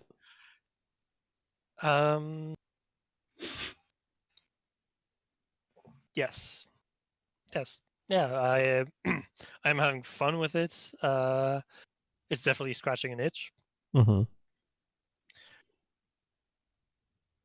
I think that is another part that not every game is for every situation. Like there are just some games that are like you're not completely playing it 24/7 for 3 months, but it's just sometimes fun to play for a couple of hours and Yeah. just Borderlands. yeah. Chris, the new game everyone is playing that I don't know why I'm drawing a blank on. Morrowind. No. On the Switch. Animal Crossing. Animal Crossing. Yeah, I think that's yeah. a perfect There are plenty example. of those. Yeah. Yeah, that's a good example. Yeah, yeah. I kind of want to check out 76 because I'm a pretty big Fallout fan. I started with 3 and played 3 and loved 3. Played New Vegas. Played 4. I loved 4 quite a bit, even though it was janky and broken a lot of times. I still love it. I mean, to me, I don't know. There's just like a certain amount of jank that I know I'm gonna have to deal with when it comes to a Bethesda game, and I'm okay with that. Same thing It's a with feature, like, not a bug. yeah, exactly. The same thing with Skyrim and Oblivion, Elder Scrolls, and But- that kind of stuff. There's one thing that I'll have to say about the jankiness of Fallout 76 is that one of the reasons you excuse that kind of like jankiness in in their other games is that because there's kind of like there's a magic in most Bethesda games.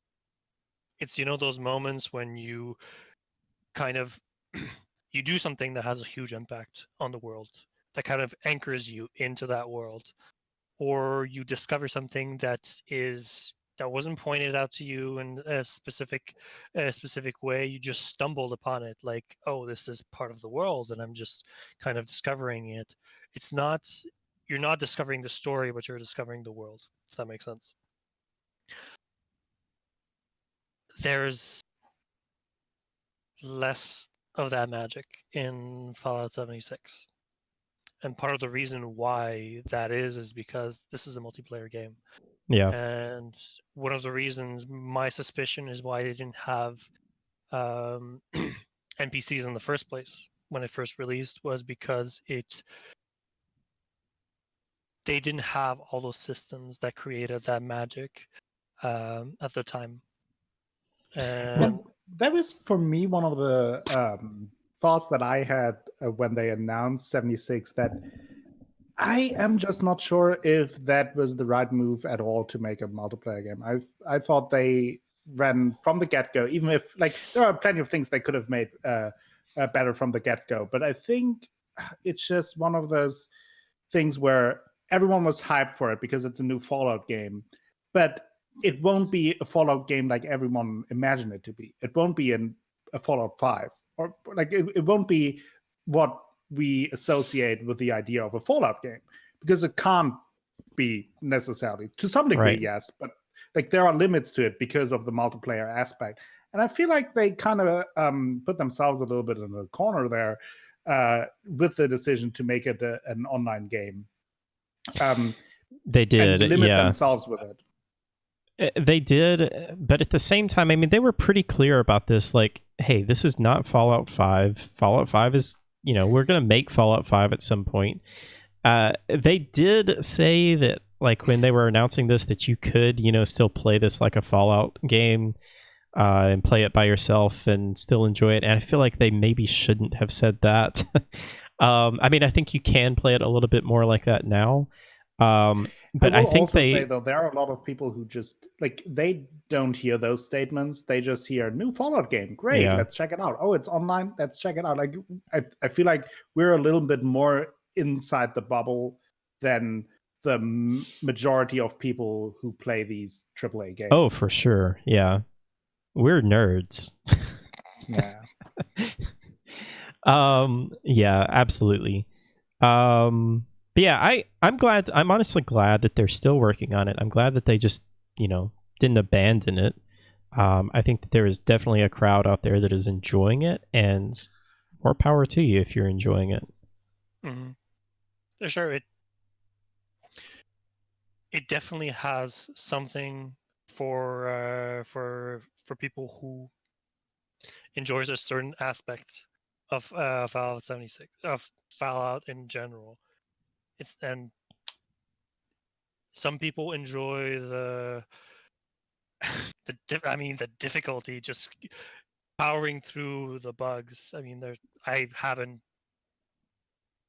maybe seen one video glitch. That's it.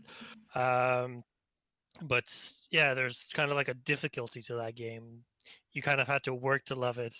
And in an essence, isn't that kind of survivalism in a post-apocalyptic future? You have to like rush through it. Yeah.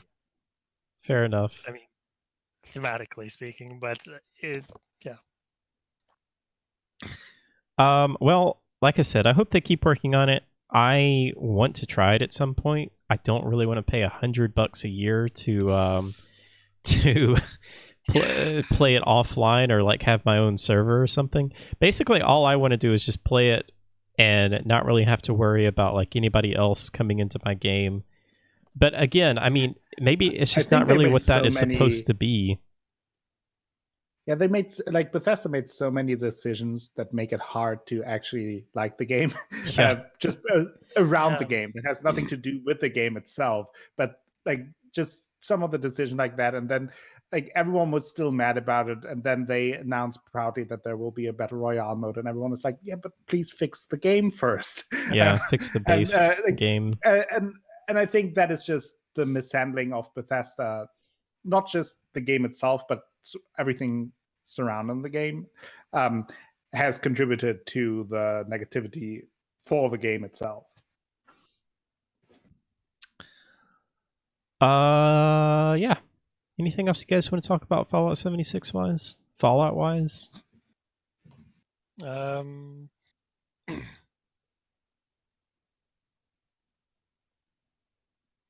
I played the Fallout games, so. When do you guys think we'll see Fallout 5? Honestly, I hope not soon. Yeah. I think Bethesda need, like, whatever they do next as a single player, I think whether it's an Elder Scrolls or Fallout, it needs to work. Otherwise, they're in big trouble. So let's talk a little bit about Bethesda's strategy, because their plan, the way I understand it anyway, is for their next game to be Starfield, which I think, maybe I'm alone in thinking this, but I think that game was originally scheduled for this year. And this goes back to the interview with Todd Howard. I know a lot of people don't look this much into it, but I do because I'm super excited for Starfield. But I was there when it was first announced. They announced it, I think it was in 2018. And they had an interview. I think it was IGN had an interview with Todd Howard, and they were trying to kind of pick his brain about when this game would be out. And they were like, so this is obviously going to be like a next gen title. And Todd Howard was like, well, why do you say that? And then he said, I don't think there's any reason that it couldn't be a cross gen title.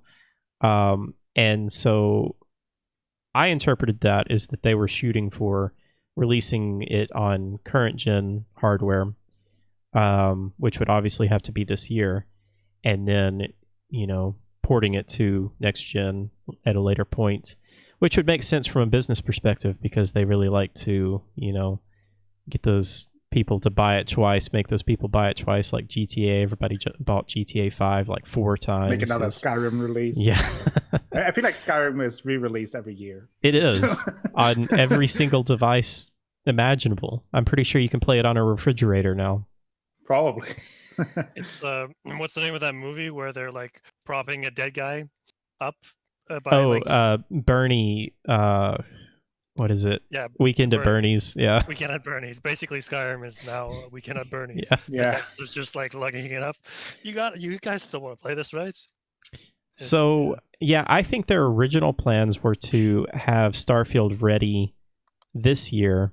I think obviously that is not going to happen just because of the mess that has happened this year, and just the fact that I feel like anytime someone puts out a date and it's more than like a year out, then the developers just end up delaying it. So I think that we could very potentially see Starfield next year.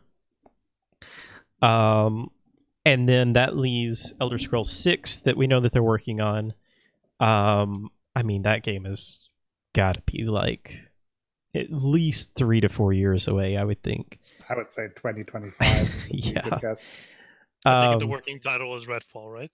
So yeah, there were some leaks around this, and there was like an internal memo that was apparently leaked that they were shooting for 2024, which I think is just ridiculous. I mean, maybe like in internal meetings, they say, yeah, this is our roadmap or whatever.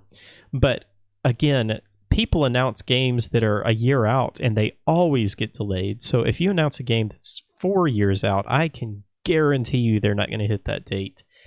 Yeah. So the great thing about deadlines is the sound they make when they just like whiz by you. Yeah.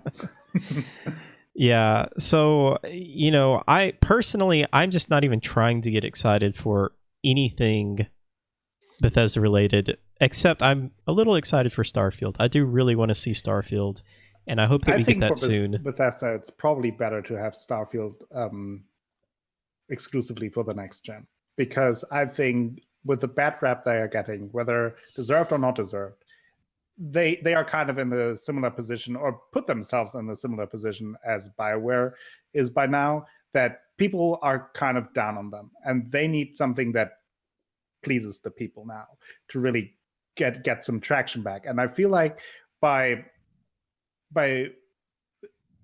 ignoring the current gen and just putting like all eggs on the basket of like, here, this is this new great game that like pushes the boundaries of the next gen, and it's like this big hit, I think that is the way to go. And maybe that is also what they are thinking by not talking about it, to being like, okay, our next thing has to work out, so let's focus on that, and maybe take a year longer on doing that, but then do it properly.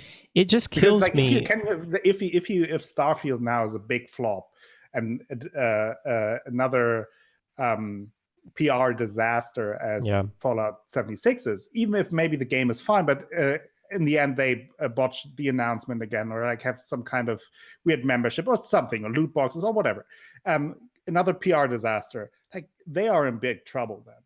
It just kills me because they had such a good thing going, and this was my understanding that they wanted to do this to where when they announced Fallout 4, I think it was 2016 that game came out, or maybe 2015.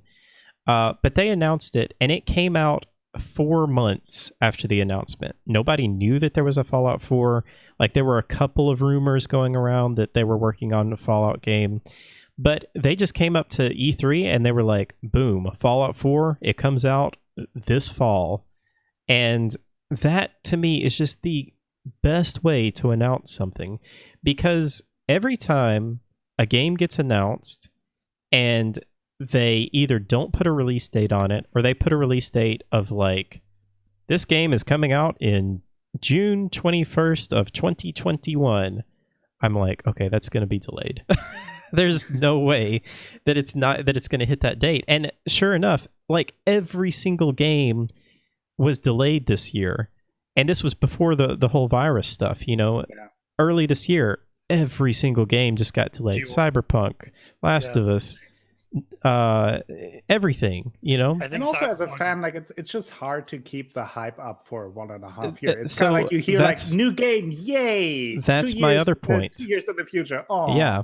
It does nothing but disappoints you when you Yeah. see that game that you are so excited about, and it's, you know, Cyberpunk was announced as coming out April 16th or whatever, last E3, and I was like, oh yes, okay, I'm planning for that. I'm, you know, preparing mentally to play this game, and then delayed to September. And as much as I am cannot wait to play Cyberpunk, like my excitement has died a little bit because of that, and there's just no reason to do that. You know, I'm kind of on the fence, like, about announcing games without having a release date, because I get that you kind of want to, you know, let people know that you're working on a game. I think that that's fine, but when you put a release date on it, if you can't hit that release date, and they very rarely do, then I would just be much happier if they just, you know, didn't put a release date on it. Maybe a release year, but I feel like even then, that still just puts a certain amount of expectation and pressure on them that is very rarely lived up to.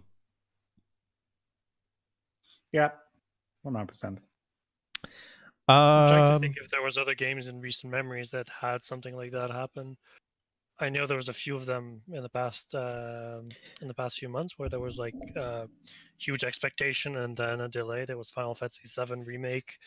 That was delayed. I mean, that was only delayed like a month. So, but again, like there's just no reason to do that. Like, I just don't understand why they announce a date if they're not 1,000% sure that they can hit that date. Like, why not say, okay, we are absolutely sure that we can hit March 21st.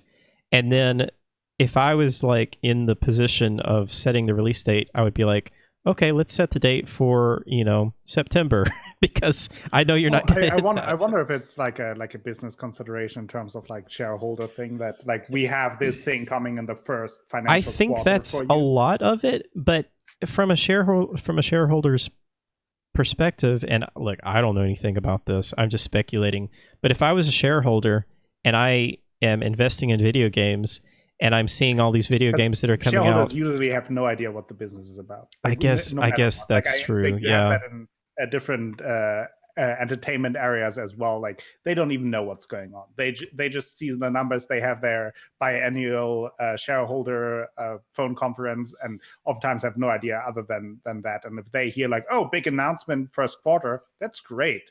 Keep on But going. It's like if we just stopped announcing video games for like a year. I mean, I guess maybe that would just, you know, be detrimental to video games, the economics of video games or whatever. But it's like if we just stopped for a year and then said, you know, okay, now we start announcing video games in 2021, and like Zelda Breath of the Wild 2 comes out in 3 months, and Metroid Prime 4 comes out this summer. And I mean, Nintendo does a pretty good job with this, I think.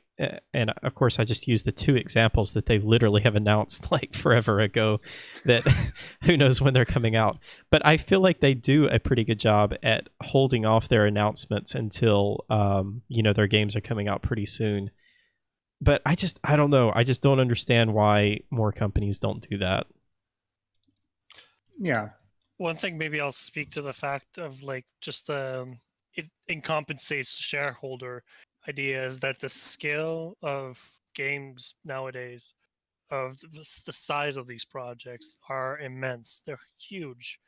It's basically you're trying to get a train to stop like the specific spot while you're building it along the way. It has huge momentum, huge speed. There's a lot of different gears working to bring to get where it needs to go.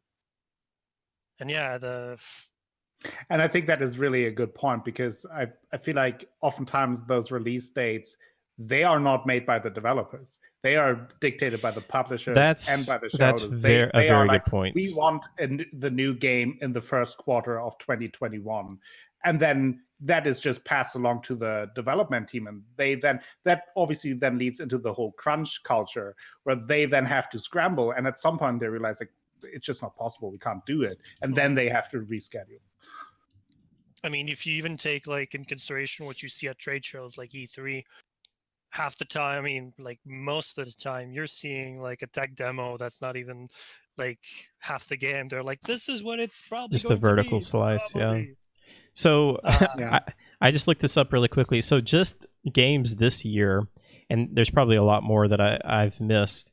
And I believe all of this stuff is pre-pandemic. All of this stuff was delayed before that. Marvel Avengers, Cyberpunk, Doom Eternal, Dying Light 2, Final Fantasy VII Remake, Final Fantasy Crystal Chronicles Remastered, Gods and Monsters, Iron Man VR, Last of Us Part 2, Ori and the Will of the Wisp, Rainbow Six Quarantine, Skull and Bones, Vampire Masquerade Bloodlines 2, and Watchdog Legions. I'm kind of All of surprised that. that they delayed Rainbow Six Quarantine, because that is that now is the time to release the game. Yeah. Like, could you be more on theme? See, I feel like Ubisoft did this though. They kind of took a step back. They had a lot of games that were slated for announcing early this year. Watch Dogs, Gods and Monsters, and Rainbow Six, I think, were all supposed to launch early this year.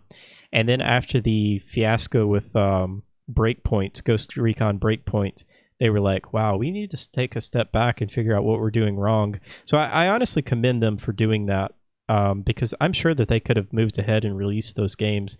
Maybe not with the pandemic now, but they probably could have gone ahead and released that, and probably would have turned out to be kind of a mess. So I know Ubisoft takes a lot of it's just hit with a lot of negativity, but I commend them for doing that. Well, maybe also there was the fact that they saw the writing on the wall. Yeah. What's happening with Bethesda? What's happening with BioWare? And they were like, oh, wait, hold the phone. And also, Ubisoft is the publisher in itself. It's not just the developer, but it's a large company, and they, there's also probably the fact that they couldn't risk having their name tarnished to that degree. DeSellis brings up a good point. Capcom, I think, is doing a really good job at their announcements. They've started to push their announcements back to where their games come out 6 months to a year after they announce them. Like Resident Evil 2, I think, was announced like at E3, and then it came out in January of the next year. And then Resident Evil 3 Remake was announced at not that long ago. I think it was like late last year that we got the announcement, and then it just came out. Like the rumors were there before, but I think then somewhere, either maybe it was the Game Awards where they confirmed it, but something. It might have been, yeah. Yeah, they're doing a good job with that. I don't know. I don't know how in the world we got onto talking about that. We are at over 2 hours. Are you guys okay to keep going? I'm okay, yeah. You sure? I didn't even notice it was 2 hours. So yeah. It goes by really quickly, doesn't it? It does, yeah. So I'll just quickly mention, I finished Mass Effect 3. This has been literally like a year-long journey for me going through the Mass Effect games again. I started them last year, early early last year, and started to get kind of burned out in 3, and so I took a little bit of a break and went kind of on hiatus, and honestly didn't realize how close I was to the end because we finished it in just like a few streams. But I'm so glad that I went back to it, and I love Mass Effect so much. I mean, I'm sure most people have played Mass Effect here. Have both of you guys played Mass Effect? I'm assuming. It's Did a the great same game. thing as you, just like a year earlier or so, Yeah, playing through the entire series again. yeah. I mean, it was BioWare. They like Baldur's Gate 2 for me was a defining game. So I mean, You that's the excited for crazy Baldur's thing, Gate 3? It's hard to say. Yeah, I mean, different developer. yeah, and I'm gonna get some flack for saying this, but Divinity 2 Original Sin, I respect it a ton. It's an amazing game. The way that game works and the chances and the risks that they took with it is amazing. But it just doesn't click with me, and then I don't know why. And so That's fair enough. Doesn't I mean, doesn't it make you like there's something inside of me because I want to like every single video game, and when a game comes out that's so popular and like you just don't get it, like I know that I can't think of a game, but I mean that's a good example for you. Like, you know, Divinity Original Sin 2 is very highly praised, but you just can't get into it for whatever reason, and that's totally fine. But I think it's kind of goes back to what we said earlier. There are also games where like objectively they are great games. They're just not for me. Mm-hmm. Yeah. It's definitely that. I've played it. Like I've tried. I can see how amazing it could be, and it's not because I'm not just taking exterior kind of like criticism for the game and saying that it's amazing, it's great, it's brilliant, you should play it. I've tried and I think you should love it, but I don't know what it is. And sometimes I'm actually excited for Baldur's Gate 3, by the way, because I never played any of the Baldur's Gates, but I love the Divinity games. Yeah. And that's the same for me. That is what makes me very interested in that game. Yeah, that's the same for me. And you know, Mars, I was going to say too, this has happened to me a lot of times. It could just be like the state of mind that you're in, just, you know, for whatever reason, you pick up Divinity 2 like 2 years, 5 years from now, and you're like, oh, this is great. I don't know why I didn't like this. Or you could just never like it. It could just be one of those things. But there's been a lot of games for me like that, where I just have not been able to get into for whatever reason. XCOM was actually a lot like that for me. I had tried a couple of times to get into XCOM, and just didn't get it. Just didn't understand the hype around it. And then whatever reason, I just picked it up one time, and it clicked with me, and I am addicted now. Maybe I shouldn't have got into it because I feel like I have a problem. But yeah, going back to Mass Effect 3 was just fantastic. I hadn't played 3 since I think it came out, since the original release of it, and I loved it back then. I loved it this time. I broke down, cried. It was very emotional. That game is just fantastic. The trilogy is truly something special that I don't know if we'll ever get anything like that ever again. I mean, I hope that we do, but it's perfect, and I love that I will always have that experience.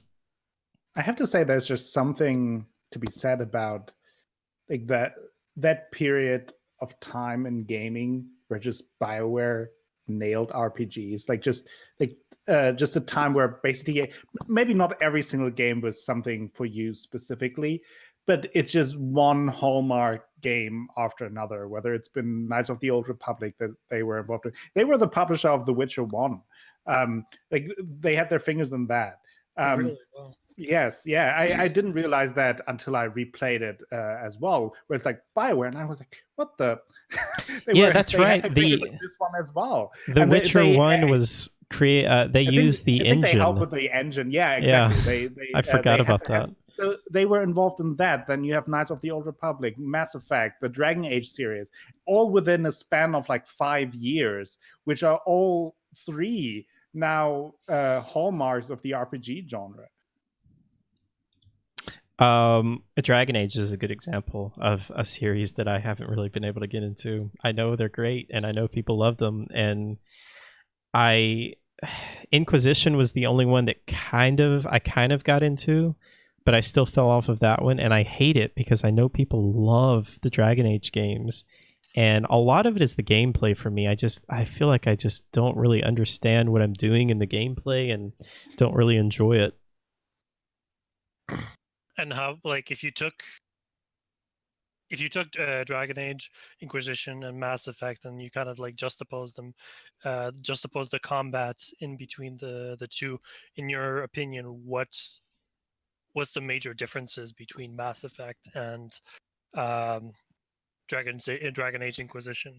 I know that this is a really ridiculous thing to be annoyed about, and to say that this like ruins the game is not true, but something that really just bothers me is that in the Dragon Age games, okay, I play on a mouse and keyboard, and I can't move the camera without clicking and holding down. Like, you have to click and hold down to move the camera. It's kind of like, you know, how MMOs are. Mm-hmm. And I feel like I would enjoy it so much more if I could just play it like a traditional third-person game where I could move my mouse and the camera moves, where I don't have to click and hold down. And I know that that's a ridiculous thing to get annoyed about, but it really just bothers me, and I feel like it really hinders my enjoyment of it. And I guess it's partly because like I just don't understand why. Like, it just seems so much more logical to just have the camera move without clicking down.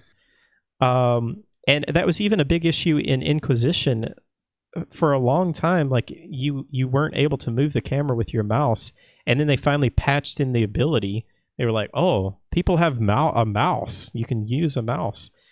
I know Vermont has said that she played Inquisition and Dragon Age 2 on the console and thought that it would be a much better experience just with the controls. And I have heard that some people say that it controls a little bit better with a controller.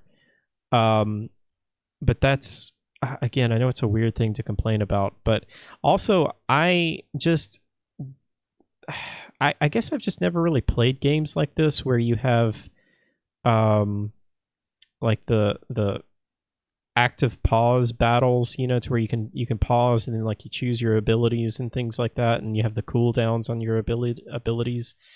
That just gets a little overwhelming for me. When we were talking earlier about like what game would go well into the tactics, XCOM tactics game, that's what I meant by like BioWare has that experience with it, of what you're talking about, like pause and like choose tactically what you want to do and then on pause and cooldowns. So I'm surprised. I think especially Dragon Age 3 would be great for, or Inquisition would be great for that, since you are the Inquisitor and like you have your little thing that you do, and then while you build that up, you send people out to missions and then do those missions XCOM style. I think watching some other people play, I'd never really watched people play, but I think watching people play, I realized that they pause the game a lot more in the Dragon Age games than I was. I was trying to play it. I'm at all. You don't at all? No, not interesting. At all. I hate it. But it's also I just kind of tanked my way through it. Like it wasn't very sophisticated. It was probably a mess. Did you enjoy the combat? No, not at all. I thought it was terrible. But I really enjoyed the game. I don't know what it was. Like I think I just kind of powered through the combat. I think the first Dragon Age, actually, when I played it the first time, was I played it on easy because of that, because the combat sucked. And so you just kind of explode the enemies around, and like there were like a couple major bosses later that were actually still tough, where you then had to use your abilities a little more carefully. But I I just kind of breezed through that because I really enjoyed the characters. I really enjoyed the world, and the world building that they did, and the writing for the world building was very good. So I just, in a way, it was just getting through the combat to get to the dialogue. I think what hindered my enjoyment as well is I played The Witcher 1 right before trying to play Dragon Age Origins. And so my experience with like RPGs, I had played not a whole lot. Like I had played Elder Scrolls Oblivion, I think was really the only like fantasy RPG I had ever played. And then I played The Witcher 1, and that was just like, it blew me away in terms of storytelling and how mature the writing was, and how deep and just how much I cared about the characters. And I also really loved the combat, and I was like, oh, this is how an RPG game is, you know? And then I went from Witcher 1 to Dragon Age Origins, and it's similar in some ways, in like, you know, kind of a dark fantasy universe, but then like the controls are just like completely different, and the gameplay is completely different, and the story is completely different, and it just really kind of threw me off, and I think that kind of hurt my experience a little bit. Fair enough. Wow, that's it shocks me that you got to like that genre so late, because it feels like it's such a pillar of gaming in general. Yeah, it so actually started my that genre started really what got me like really into games. It was Gothic 2. For those familiar, that was like the first open world game really that I actually like. I played some before, but that was like where I really put in some time and effort. And there were just small things that just blew me away, that you could like get an occupation and like just do like craftsmanship there, and it just small things that really blew me away and drew me into this genre, and that kind of then set off like my real interest for games in general. that's really for me, it was cool. Baldur's Gate 2. Yeah. I feel like everybody has that one game that is like, you know, your first RPG, and then that just holds a really special place in your heart. Yeah. I think it's also because like they tend to be very long games, and when that was the first the first game that brought you into the genre, that is where really you for the first invested. time like really put in like 80, 100 hours or something like that. Yeah. And I think that is why it then also sticks so much in the memory. That's really cool. I'm curious, people in chat, what was your first RPG, like your first real RPG that really sucked you in? Yeah, so Witcher for me, Gothic 2 for Akko, and Baldur's Gate 2 for Mars. That's really cool. What was do you remember the next RPG that you played after those games?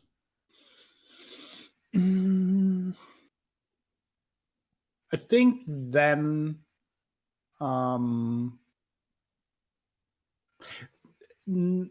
so at that time I had more, I mostly played on the PlayStation 1, and there weren't like really the same kind of RPGs, because I was never like big into the JRPGs. Yeah. So it kind of took a while until I played Morrowind. Probably it was probably Morrowind. Okay. Yeah, same thing. Morrowind for me as well. That was the next one. Yeah, I imagine Final Fantasy is going to be a lot of people's choice. Final Fantasy X for Vermalt, Chrono Cross, Final Fantasy 9, Final Fantasy 1 for Draco. Wow. Oh wow, your first RPG being World of Warcraft. that's intense. Also, Baldur's Gate 2, Kingdom Hearts for Decellus. Interesting. Yeah, I think that's really interesting. Well, let's see. The only other thing I've been playing, I got addicted to Hollow Knight. Either one of you played Hollow Knight? Yeah, it's fantastic. I played it a couple of years ago or so, and it was another game where I was kind of, I wasn't really interested in it because I felt like it wasn't something for me. Because from before I played it, I always thought, okay, it's just like just a jump and run platformer, Yeah. and it's not really my kind of game. But then when I played it, I actually realized, oh, this has pretty deep like this is closer to Dark Souls than it is to Super Mario. And I really enjoyed it. I really had a great time with it. Have you played it, Mars? I think I got it in Humble Bundle for free, and then it's just, for me, it's a lot of time with these games. Or when I get them cheap or for free, like I might as well give them a try and then see how it goes. Yeah. But the funny thing, when you get them for free or you get them in a stack of things, in a strange way, you feel kind of less invested into it. You're like, yeah, it's part of this thing. It's it speaks a little bit to how like we have so much that we can be playing right now that it's hard to like be invested in a single game. But yeah, no, I own Hollow Knight. I've played up to the fight where you get the Hornet. I beat her. Oh. And then I stopped. The first encounter with Hornet. There's more. Maybe.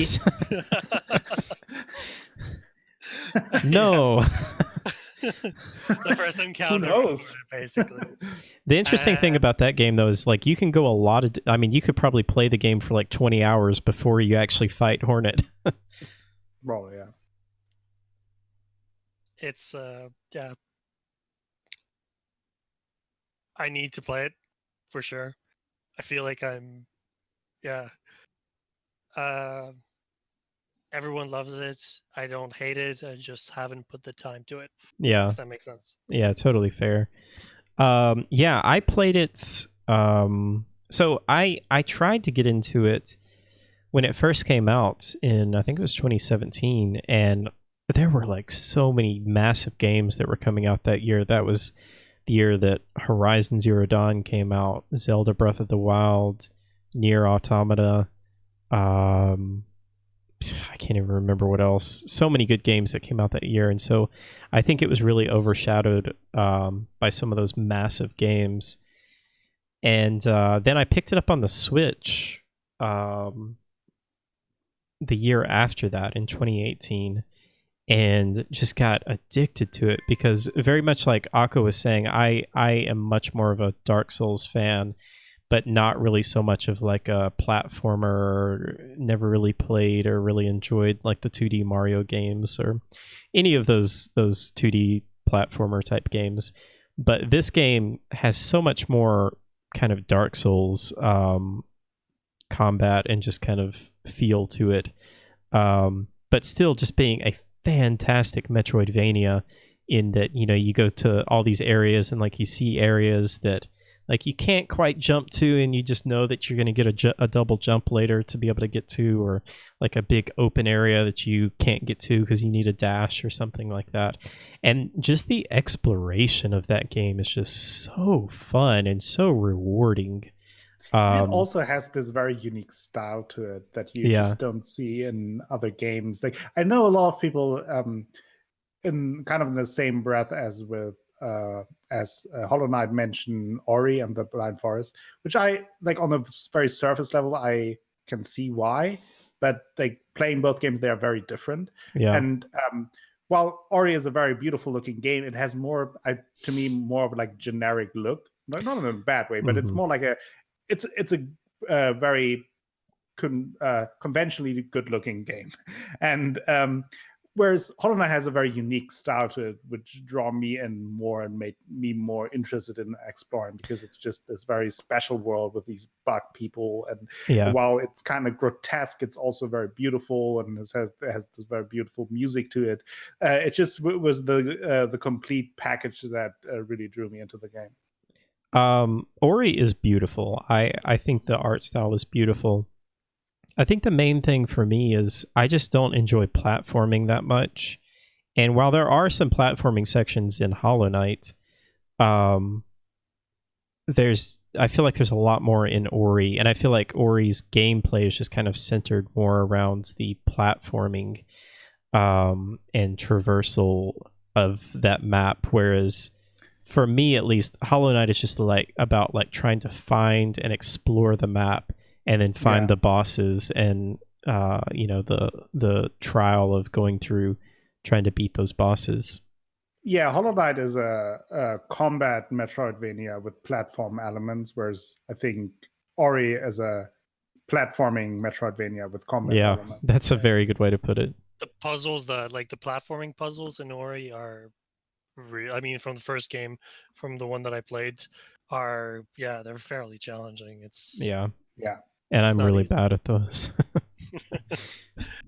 But the thing with Ori, and the difference between Ori and Hollow Knight, is that Ori is beautiful. Hollow Knight is intriguing. Is the best way that I could put it from what I saw. Yeah, that's fair. I did to get through the White Palace though. I was proud of that. Did you go through the White Palace, Akko? Oh, of course. I didn't do that the first time. I that actually, was- I had less trouble with the White Palace than with some of the other later sections, so it was kind of weird. I don't ever want to do that place again. I will say though that even though like it was just ridiculous platforming, like it wasn't impossible. I mean, obviously. No. And like it didn't just feel like it was super unfair or anything like that. I agree. Yeah, I actually had more of an issue in the final fight without spotting anything, but I felt like I got a little frustrated there in the sense that some parts of that I found more unfair than I, for example, found the White Palace unfair. You just got to get good, man. I'm trying to for years.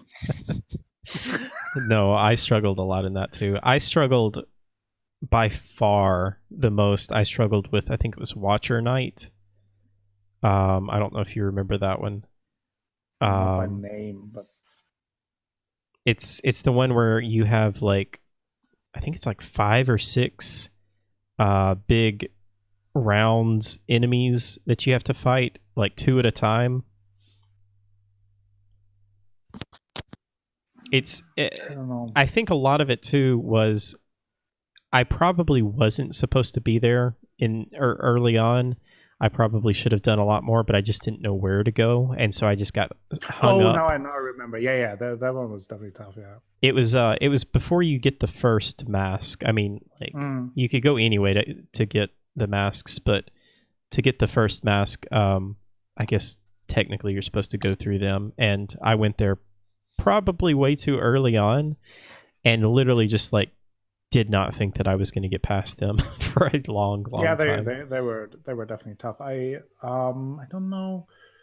It's been a long time since I played it, so I don't really remember with which boss I struggled. But there were certainly some that I really struggled with, and it's kind of like in Dark Souls. Sometimes it's like some bosses just really are up your alley, and everyone says they're super tough, and you beat them in 1-2 tries. And then others say like, "Oh, that wasn't an issue," and you sit there for 2 hours dying and dying. And then sometimes it'll be like you fight them for 5 hours and just give up, and then come back the next day and beat it on the first try. Yeah. Or in Dark Souls, I also have it like first time when I played it, no issue, and the second time I'm just stuck at that boss. I'm like, well, what the fuck? I thought I figured it out. Yeah, I remember when I got back into Dark Souls 3 after not playing Dark Souls 1 for like ages. You feel rusted. You feel so rusted. Yeah, it's definitely a skill. What's your hype level for Elden Ring? I mean, I will play it, but my hype level is kind of because it's, I don't know, like I personally haven't been keeping up when it comes out, how it comes out. It'll be fine. I look forward to it. I will play it, but I'm not like, I think by now there have been so many Souls-like games that I'm not out of my mind for a new one. Like, it may be great, it may not be so great, but it's like nothing new anymore. Have you played Sekiro? Yeah. What'd you think about that? It was great. I really liked it. Not my favorite FromSoft game, but also not my least favorite. It was good. Had some cool, nice elements to it. Did you finish it? Fair enough. There's a few people that are mentioning like that game really clicks with the New Game Plus. Okay. I don't know if you want to put yourself through that, but No, I I've don't. never done a New Game Plus in any of the Souls games. They've just never really interested me that much. No. I thought the most intriguing was certainly in Dark Souls 2, where they added new enemies and like new Yeah. mechanics. I did think but that I was never kind of cool. did it. Yeah, but I same. never did it because I didn't enjoy Dark Souls 2, especially the late game in Dark Souls 2. I didn't enjoy, so I was kind of over it once I finished it. But at the very least, they put some new stuff in there. So I don't know how that is in Sekiro. If they do that, great. But I haven't gone back, and I really enjoyed Sekiro. I think I had a tough time in the beginning with it, and there are certainly some things that I didn't enjoy as much. But overall, I think it's a really good game. What is your favorite FromSoft game, and why is it Bloodborne? It's not Bloodborne, actually. It's not Bloodborne, actually. But it's probably Dark Souls 1 because it gets some nostalgia points. Because it kind of like really put the formula tied together. Like they polish it there, and yes,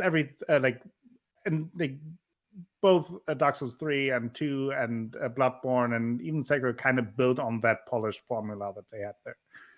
and it was so new and refreshing when it first came out. Exactly. It was a breath of fresh air. I remember when I first played it, I was stuck on it. It sat on my desk for like a month. I knew of it. Yeah. I didn't hear anything about it, but the moment that I popped it into my console, I was gone. It had the innovation effect to it because It like, was- there's this open world that was so connected, but then also so deep and rich of story and exploration, and all of that just worked very, very beautifully together. Which I think like Bloodborne comes close to that in terms of its polished world, and but I personally wasn't. I guess just something was missing for me in Bloodborne.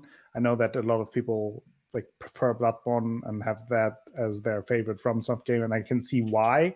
It's just for me there was always something missing, and I also felt like for a majority of Bloodborne, I thought it was too easy.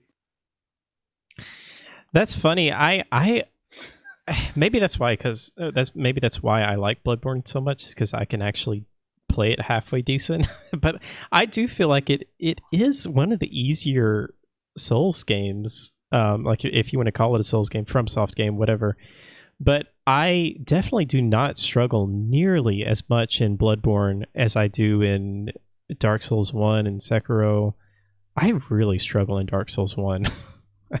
I think in the beginning, Bloodborne gives you a lot more options. Just by the way, like the speed of the combat. I think the health regain mechanic is one of the coolest mechanics of Bloodborne, and just allowing you to play more aggressive and being rewarded for playing aggressive, I think is just really, really fun. Yeah, that was very well done. I think for me, like really, now that I think about it, and usually I mention that when I quote unquote criticize, but I think Bloodborne is a great game. But like the one thing that I thought was missing in comparison to Dark Souls 1 for me was that it kind of like the journey through the world in terms of like the color scheme and everything, it was kind of the same. It was like gloomy all the way through, and I know that it's part of the Aesthetic story aesthetic, but it's just like I just feel like it was kind of just the worlds kind of just blurred into each other for me, and weren't distinct enough for me. Whereas in Dark Souls 1, I had you get to this new area, and this new area is new and fresh, and you were excited to explore. Is where I personally felt in Bloodborne, oh, here we go, there's the next dark alley area, now it's a dark forest, and here's a dark castle, and here's a dark. It was just I think it was just a little bit too gloomy for me. Yeah, fair enough. You're wrong, but fair enough. No, just kidding. Wow. Okay, let's play a little game. I've got a really short game for us. This is a little trivia game. boy. I have got a list of side quests from games, and I'm going to name the side quest, and I want you guys to try and guess what game it's coming from. Can I quickly run to the bathroom since you're keeping Yes. us here for days? I'll be right back. All right. Yeah, I wouldn't mind taking a quick break also. Like, Let's take a break. awesome. All right, guys, we're going to be back. Let's take about a 5-minute break. I'll be right back, guys.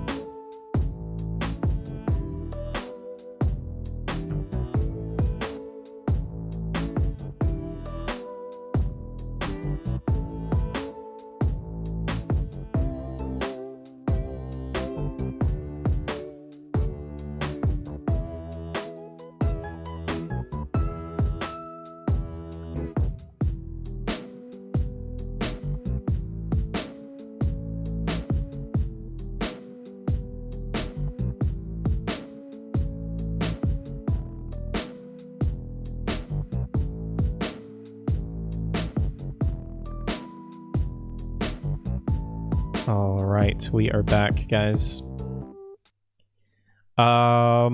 So we're back. We're ready for another 3.5 hours.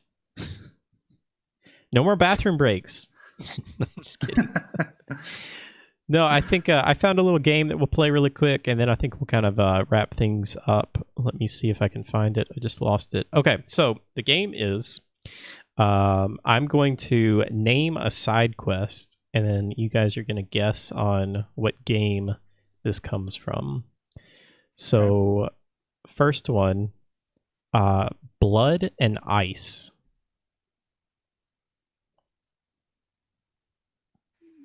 Any guesses? Can we get a clue?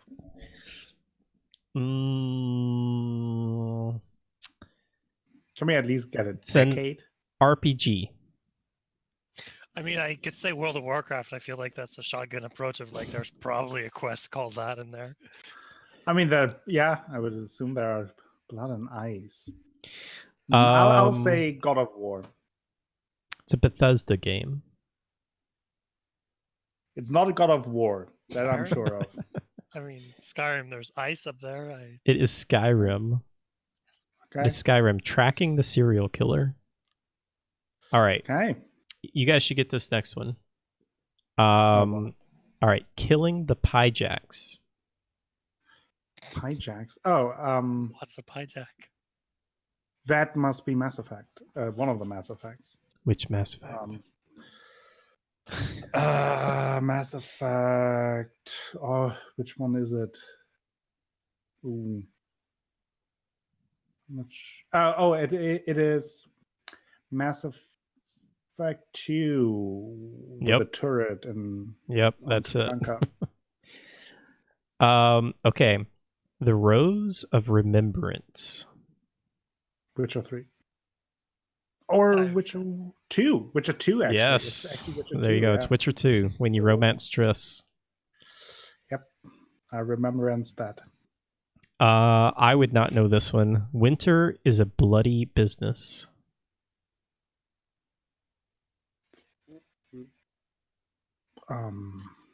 I don't know why, but I'm thinking of an Assassin's Creed game. Ooh, that's a good guess. It's wrong, but it's a good guess. Winter is I don't know. Is it No a idea. Ubisoft game by any chance? No. It is a Gearbox game. Borderlands. do? Yeah, Borderlands 2. Okay. What's the Never played context? any of of the it? Borderlands game. It is the Tiny Tina's Assault on Dragon Keep DLC. I knew it. I've never played that. Okay, next one. Drive Through. That's it. That's it. That's the GTA name San of- Andreas. Oh, that's it, Akko. Yeah. I'm an expert. That is the famous mission where Big Smoke goes through and orders his gigantic order from what is it? The fake Yeah, the fake I knew Burger that, King yeah. or Yeah, I was just about to say. yeah, it's the one. Have y'all not seen that? The one where he's like, I'll have 2 number 9s, a number 4, a number 7 with extra cheese. You uncultured people. No, I'm just kidding. All right. Okay, next one. A Quiet Time. This is a recent game from a very big Metal Gear developer. 5. No. This is actually a good game. Shots fired. It's a sequel. Well, that doesn't say much nowadays. Okay, really big hint. It's a Western. Oh, Red Dead Redemption 2. Yeah. Well, then you were wrong though, because it's a prequel. Okay. Why does it I have a was 2 going to on it say then, Akko?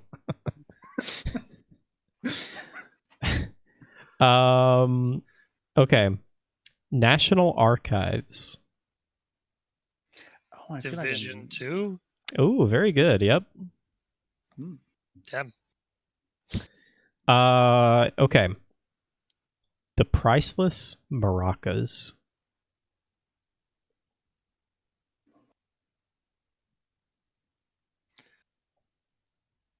I don't know. I mean, we already did Red Dead Redemption 2. That would have been my guess. What game has maracas? Yeah, that is what I'm thinking as well. I don't know, Saints Row. Came out in 2017. And it's an RPG. No. It's a Nintendo game. Nintendo game.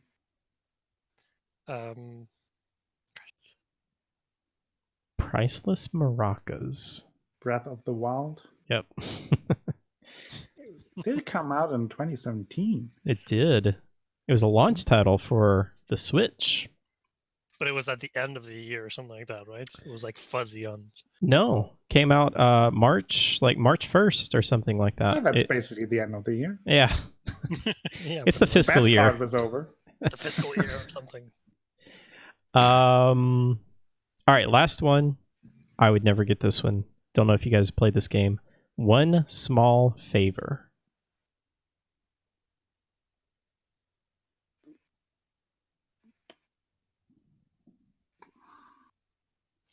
Ori? Very old game.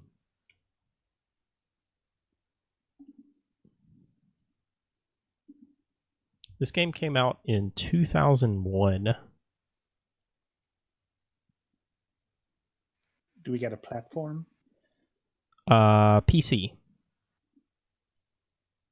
Deus Ex?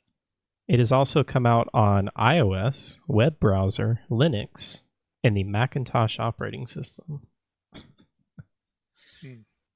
Oh, now I know. It's a MMORPG. RuneScape? Is Yep, that what that's Chat is it. saying? Did chat That get was it? chat, by the way. Oh, Lord. That's all I got. That's it. Well, I think we nailed it. I think you guys did fantastic. Let's see. Let me just check quickly. I don't think we had any questions in Discord. Chat, do you guys have any questions? Any topics you would like to talk about? Anything that we missed? I know that we missed a lot of stuff in chat. I apologize.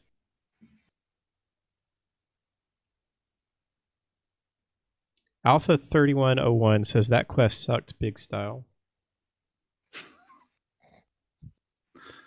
Why is Akko so handsome? It's a filter.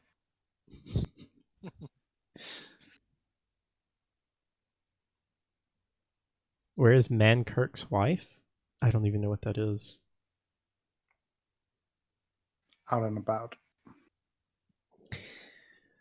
Well, guys, I think that's going to do it for us today. Anything else you guys want to talk about? I know that we still had stuff on our document. I mean, we can keep talking, but I feel like we have gone long enough for this week.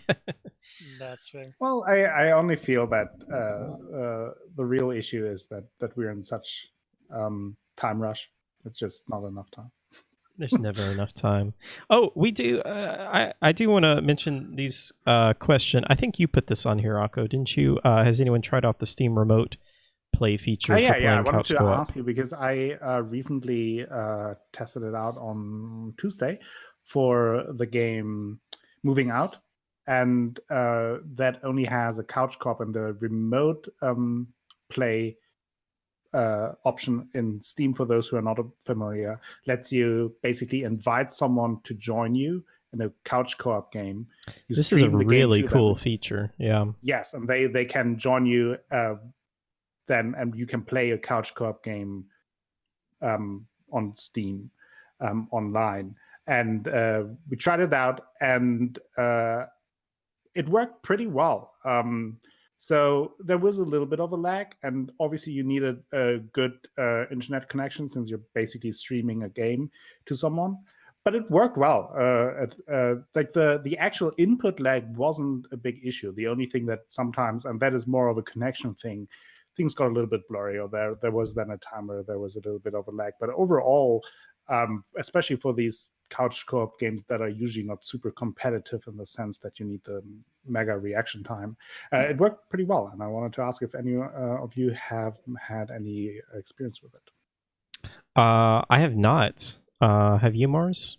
I haven't either, but I'm really intrigued by it. It sounds Yeah. like an technical challenge, also a different way of approaching multiplayer, which seems to which can work better for some games. It's just nice to Yes, have so the ability. Yeah, and they said that it kind of depends. Like older games, it struggles oftentimes a little bit more to actually get it going.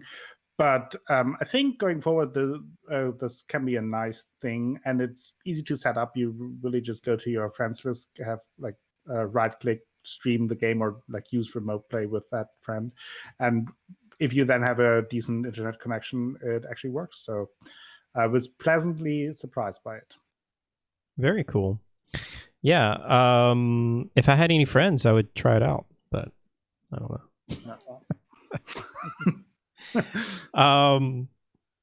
know. Let's see. Mars, you also put under here about maybe talking a little bit about any games that we're looking forward to playing, since there's not really a whole lot that's coming out for the next week or so. Any games in our backlog? Yeah.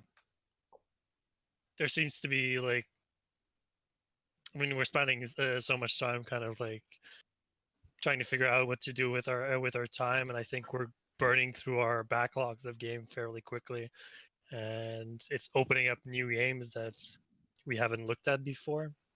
And I was wondering if you guys were excited about like any particular games in your backlog. I have a massive backlog. I mean, I struggle with this a lot, I feel like, because I literally have like, I don't know, 800 games on Steam, and I've probably maybe played 100 of them all the way through. And I probably have at least 200 games that I like really want to play. And then on top of that, I have probably another 100 games that I really want to go back and play again. So I feel like this is something that I always struggle with, is balancing like playing new games and going back and replaying old games, going back and finishing games that I have started that, you know, for whatever reason I just fell off of. Red Dead Redemption 2 is one that's just like constantly hanging over my head that I know I will love when I just take the time to sit down and play. Just a few hours of time investment. Yeah, can just wrap it up in a, you know, one quick stream. One quick podcast probably. Yeah. But yeah, you know, my forecast for games is I really want to play Mass Effect Andromeda, especially after finishing the trilogy. I'm really itching for more Mass Effect. And I'm trying to think what else. What about you, Akko? You got any? Not really. Because I have been pretty much doing that for a little bit now, that I'm playing more of the backlog games. And not that I'm getting close to the end of the backlog, but there's not really one that stands out. Now that you mentioned Mass Effect Andromeda, that is another one that I wanted to play through again. I never finished Andromeda, so that same for me. That may be something that I will do soon. And now that I finished with Uncharted, the next game for me on YouTube will be Shadow of the Colossus, that I also never played, and so that is what I'm playing through. Oh, Shadow of the Colossus. Fantastic game with terrible controls. That much I already noticed, yeah. I mean, product of its time, right? Yeah. They're still trying to figure that out. Yeah. What about you, Mars? I'm actually a little bit burned out, so I'm taking a little bit of a break. Yeah. And living vicariously through other people playing games on Twitch. I think that's a really good thing. That's very funny. Yep, kind of. I think that's a really good thing to do, though, when you get burned out, is just to take a break. As hard as it is sometimes, taking a break really does help. Okay, I have a question for you guys. What is the next game coming out that you guys are like 100% going to buy? I have no idea because due to the whole releases, I have no idea what comes out next. So, I know at some point some games will come out, and I guess at some point some games I will buy. So Jared says Cyberpunk. Draco Yeah, says Horizon Cyberpunk, Zero Dawn it's- 2. for sure. Cyberpunk for you, Mars? 100%. Yeah. I think that's the game that I'm not playing too many games, so I'm not burned out when that comes out. If that makes sense. Yeah. But Because you're going to be playing that for like the next 4 years. oh yeah, I'm gonna hook it up straight to my vein and go like Yes. into the cyber. Cyberpunk is a big one. Maybe the Hollow Knight Silksong is another one that is obviously a smaller game, but something that I really look forward to. I hope that game comes out this year. We still Yeah. don't really know when that's coming out. Last of Us 2. Yeah, for me, well, I really want to play Final Fantasy VII Remake. I really want to play Last of Us 2. I really want to play Ghosts of Tsushima. I'm super excited for that game. It comes out July now. And then, of course, Cyberpunk. Subnautica Below Zero. Did any of you guys play Subnautica? No, I think it's not really mine. Like I watched a bunch of Christopher Hawk play it, and it looks fun. It looks like a great game. I just think it's one of those games that I would play for a good chunk, but then kind of lose interest midway through. How do you feel about survival games in general? Oh my goodness. It's kind of the issue that kind of more. I think at some point I'm in the right mindset for it and enjoy it, but I never really finish them. Yeah, for me, like except Fallout is the only survival-ish game, but that is more because it has a lot of more open world RPG elements to it, I guess. Other than that, I think I like them at certain point, but I don't think they grab me enough to really grab me for the entirety of a game. For me, I am usually the exact same way, and Subnautica is the one exception to that. I usually just have never been able to get into survival games because they usually just like put you in a world and just, say, okay, now survive, and don't really give you much direction. I mean, maybe you have like some, blueprints that you get for surviving and just surviving a little bit longer each time. But Subnautica drew me in so much in that the strong narrative just kept me going and kept me wanting to find out more and kept me intrigued.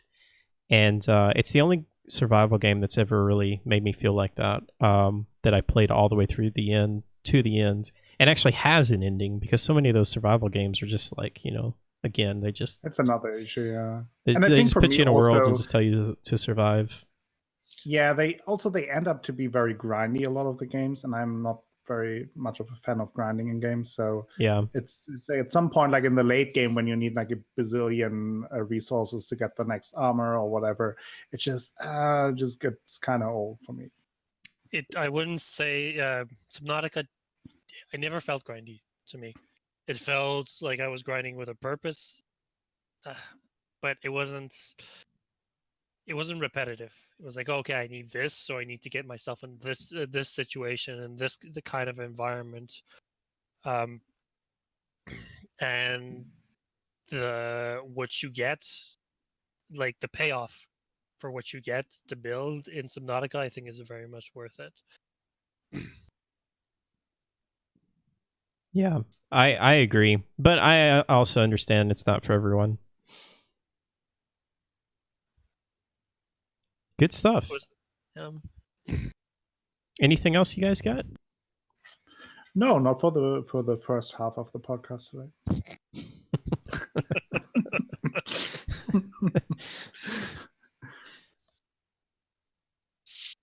All right. Well, I think that's going to do it for us today. It's starting to get dark.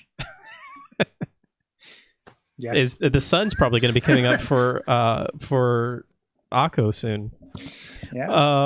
Well, thank you guys for joining me. I had a lot of fun. Everyone in chat, thank you guys so much. I want to do this on a weekly basis.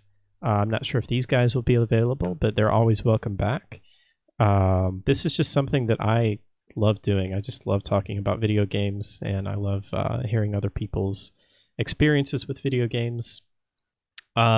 Just really quick, Akko, I want you to be sure and plug all of your stuff. Tell everybody where they can find you.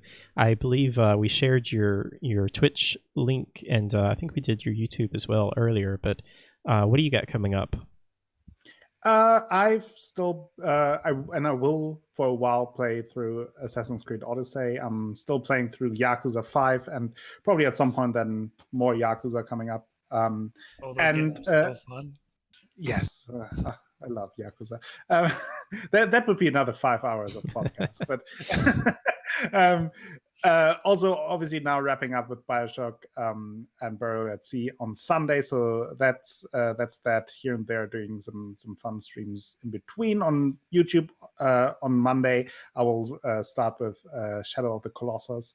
So that will be up there. And yeah, you can find me as the Akko Sambo, basically on YouTube, Twitch, and wherever. Real quick, what's your hype level for Yakuza 7? I'm very intrigued. I'm always Yakuza hype. I still have to play Yakuza 6 and finish Yakuza 5, so there is still a little bit work to put in. And I also don't want to burn out on the Yakuza series, so I usually take breaks in between them. I'm excited that it's like completely new though, like, you know, new protagonist. Yeah. I think I'm gonna try and get into him because I don't know, I've just never really wanted to put the effort Yakuza into them. 0. It is fantastic. I know, but there's so many of them. But yeah, that is always daunting, but just take it one at a time. It's too daunting. Also, I don't think I really like the combat. I don't think I really like the gameplay. But the turn-based gameplay looks really, really fun to me. The Yakuza 0 combat is the best of the series, in my opinion, so far, and I really enjoyed it because it is a lot of fun. It's simple but fun. Kind of like my streams, I guess. But even if the combat is not that great, there's a jubilee of like other things you can do. Yeah. Amazing. Exactly. Yeah. I think the combat can be very quickly be like an Uncharted thing where you turn down the difficulty, go through the fights if you don't care for them, but that's a good everything idea. else is so great that it's still worth it. Mars, you got anything you want to plug? Hell no. This is my first stream ever, and it's been a blast, but I have no presence online whatsoever. Well, Mars, we're really glad to have you. I'm really glad that we did this. It's been super cool to talk to you, and it's always fun to, you know, actually put a face and a voice to someone in chat. And I'm just glad to have you a part of our community. Well, thank you. Well, thank you for having me. It's been an absolute pleasure. Yeah, absolutely. Well, guys, I think that is going to wrap it up for today. Thank you all for being here. Thank you too. Go ahead. Yeah, thank you for having me. Yeah. Always a pleasure. Always a great time. And whenever you want me to have to be on, I'm always available. Awesome. Super excited. Thank you guys so much. I really appreciate everyone being here. And I hope you guys all have a great weekend and have a great May. It's May 1st. It's a new month. What? I know. Shit. What happened to April? All right. That's going to do it for us, guys. I love you all. I hope you have a great weekend. And we'll see you next time. Bye, everyone. Bye-bye. Bye, guys.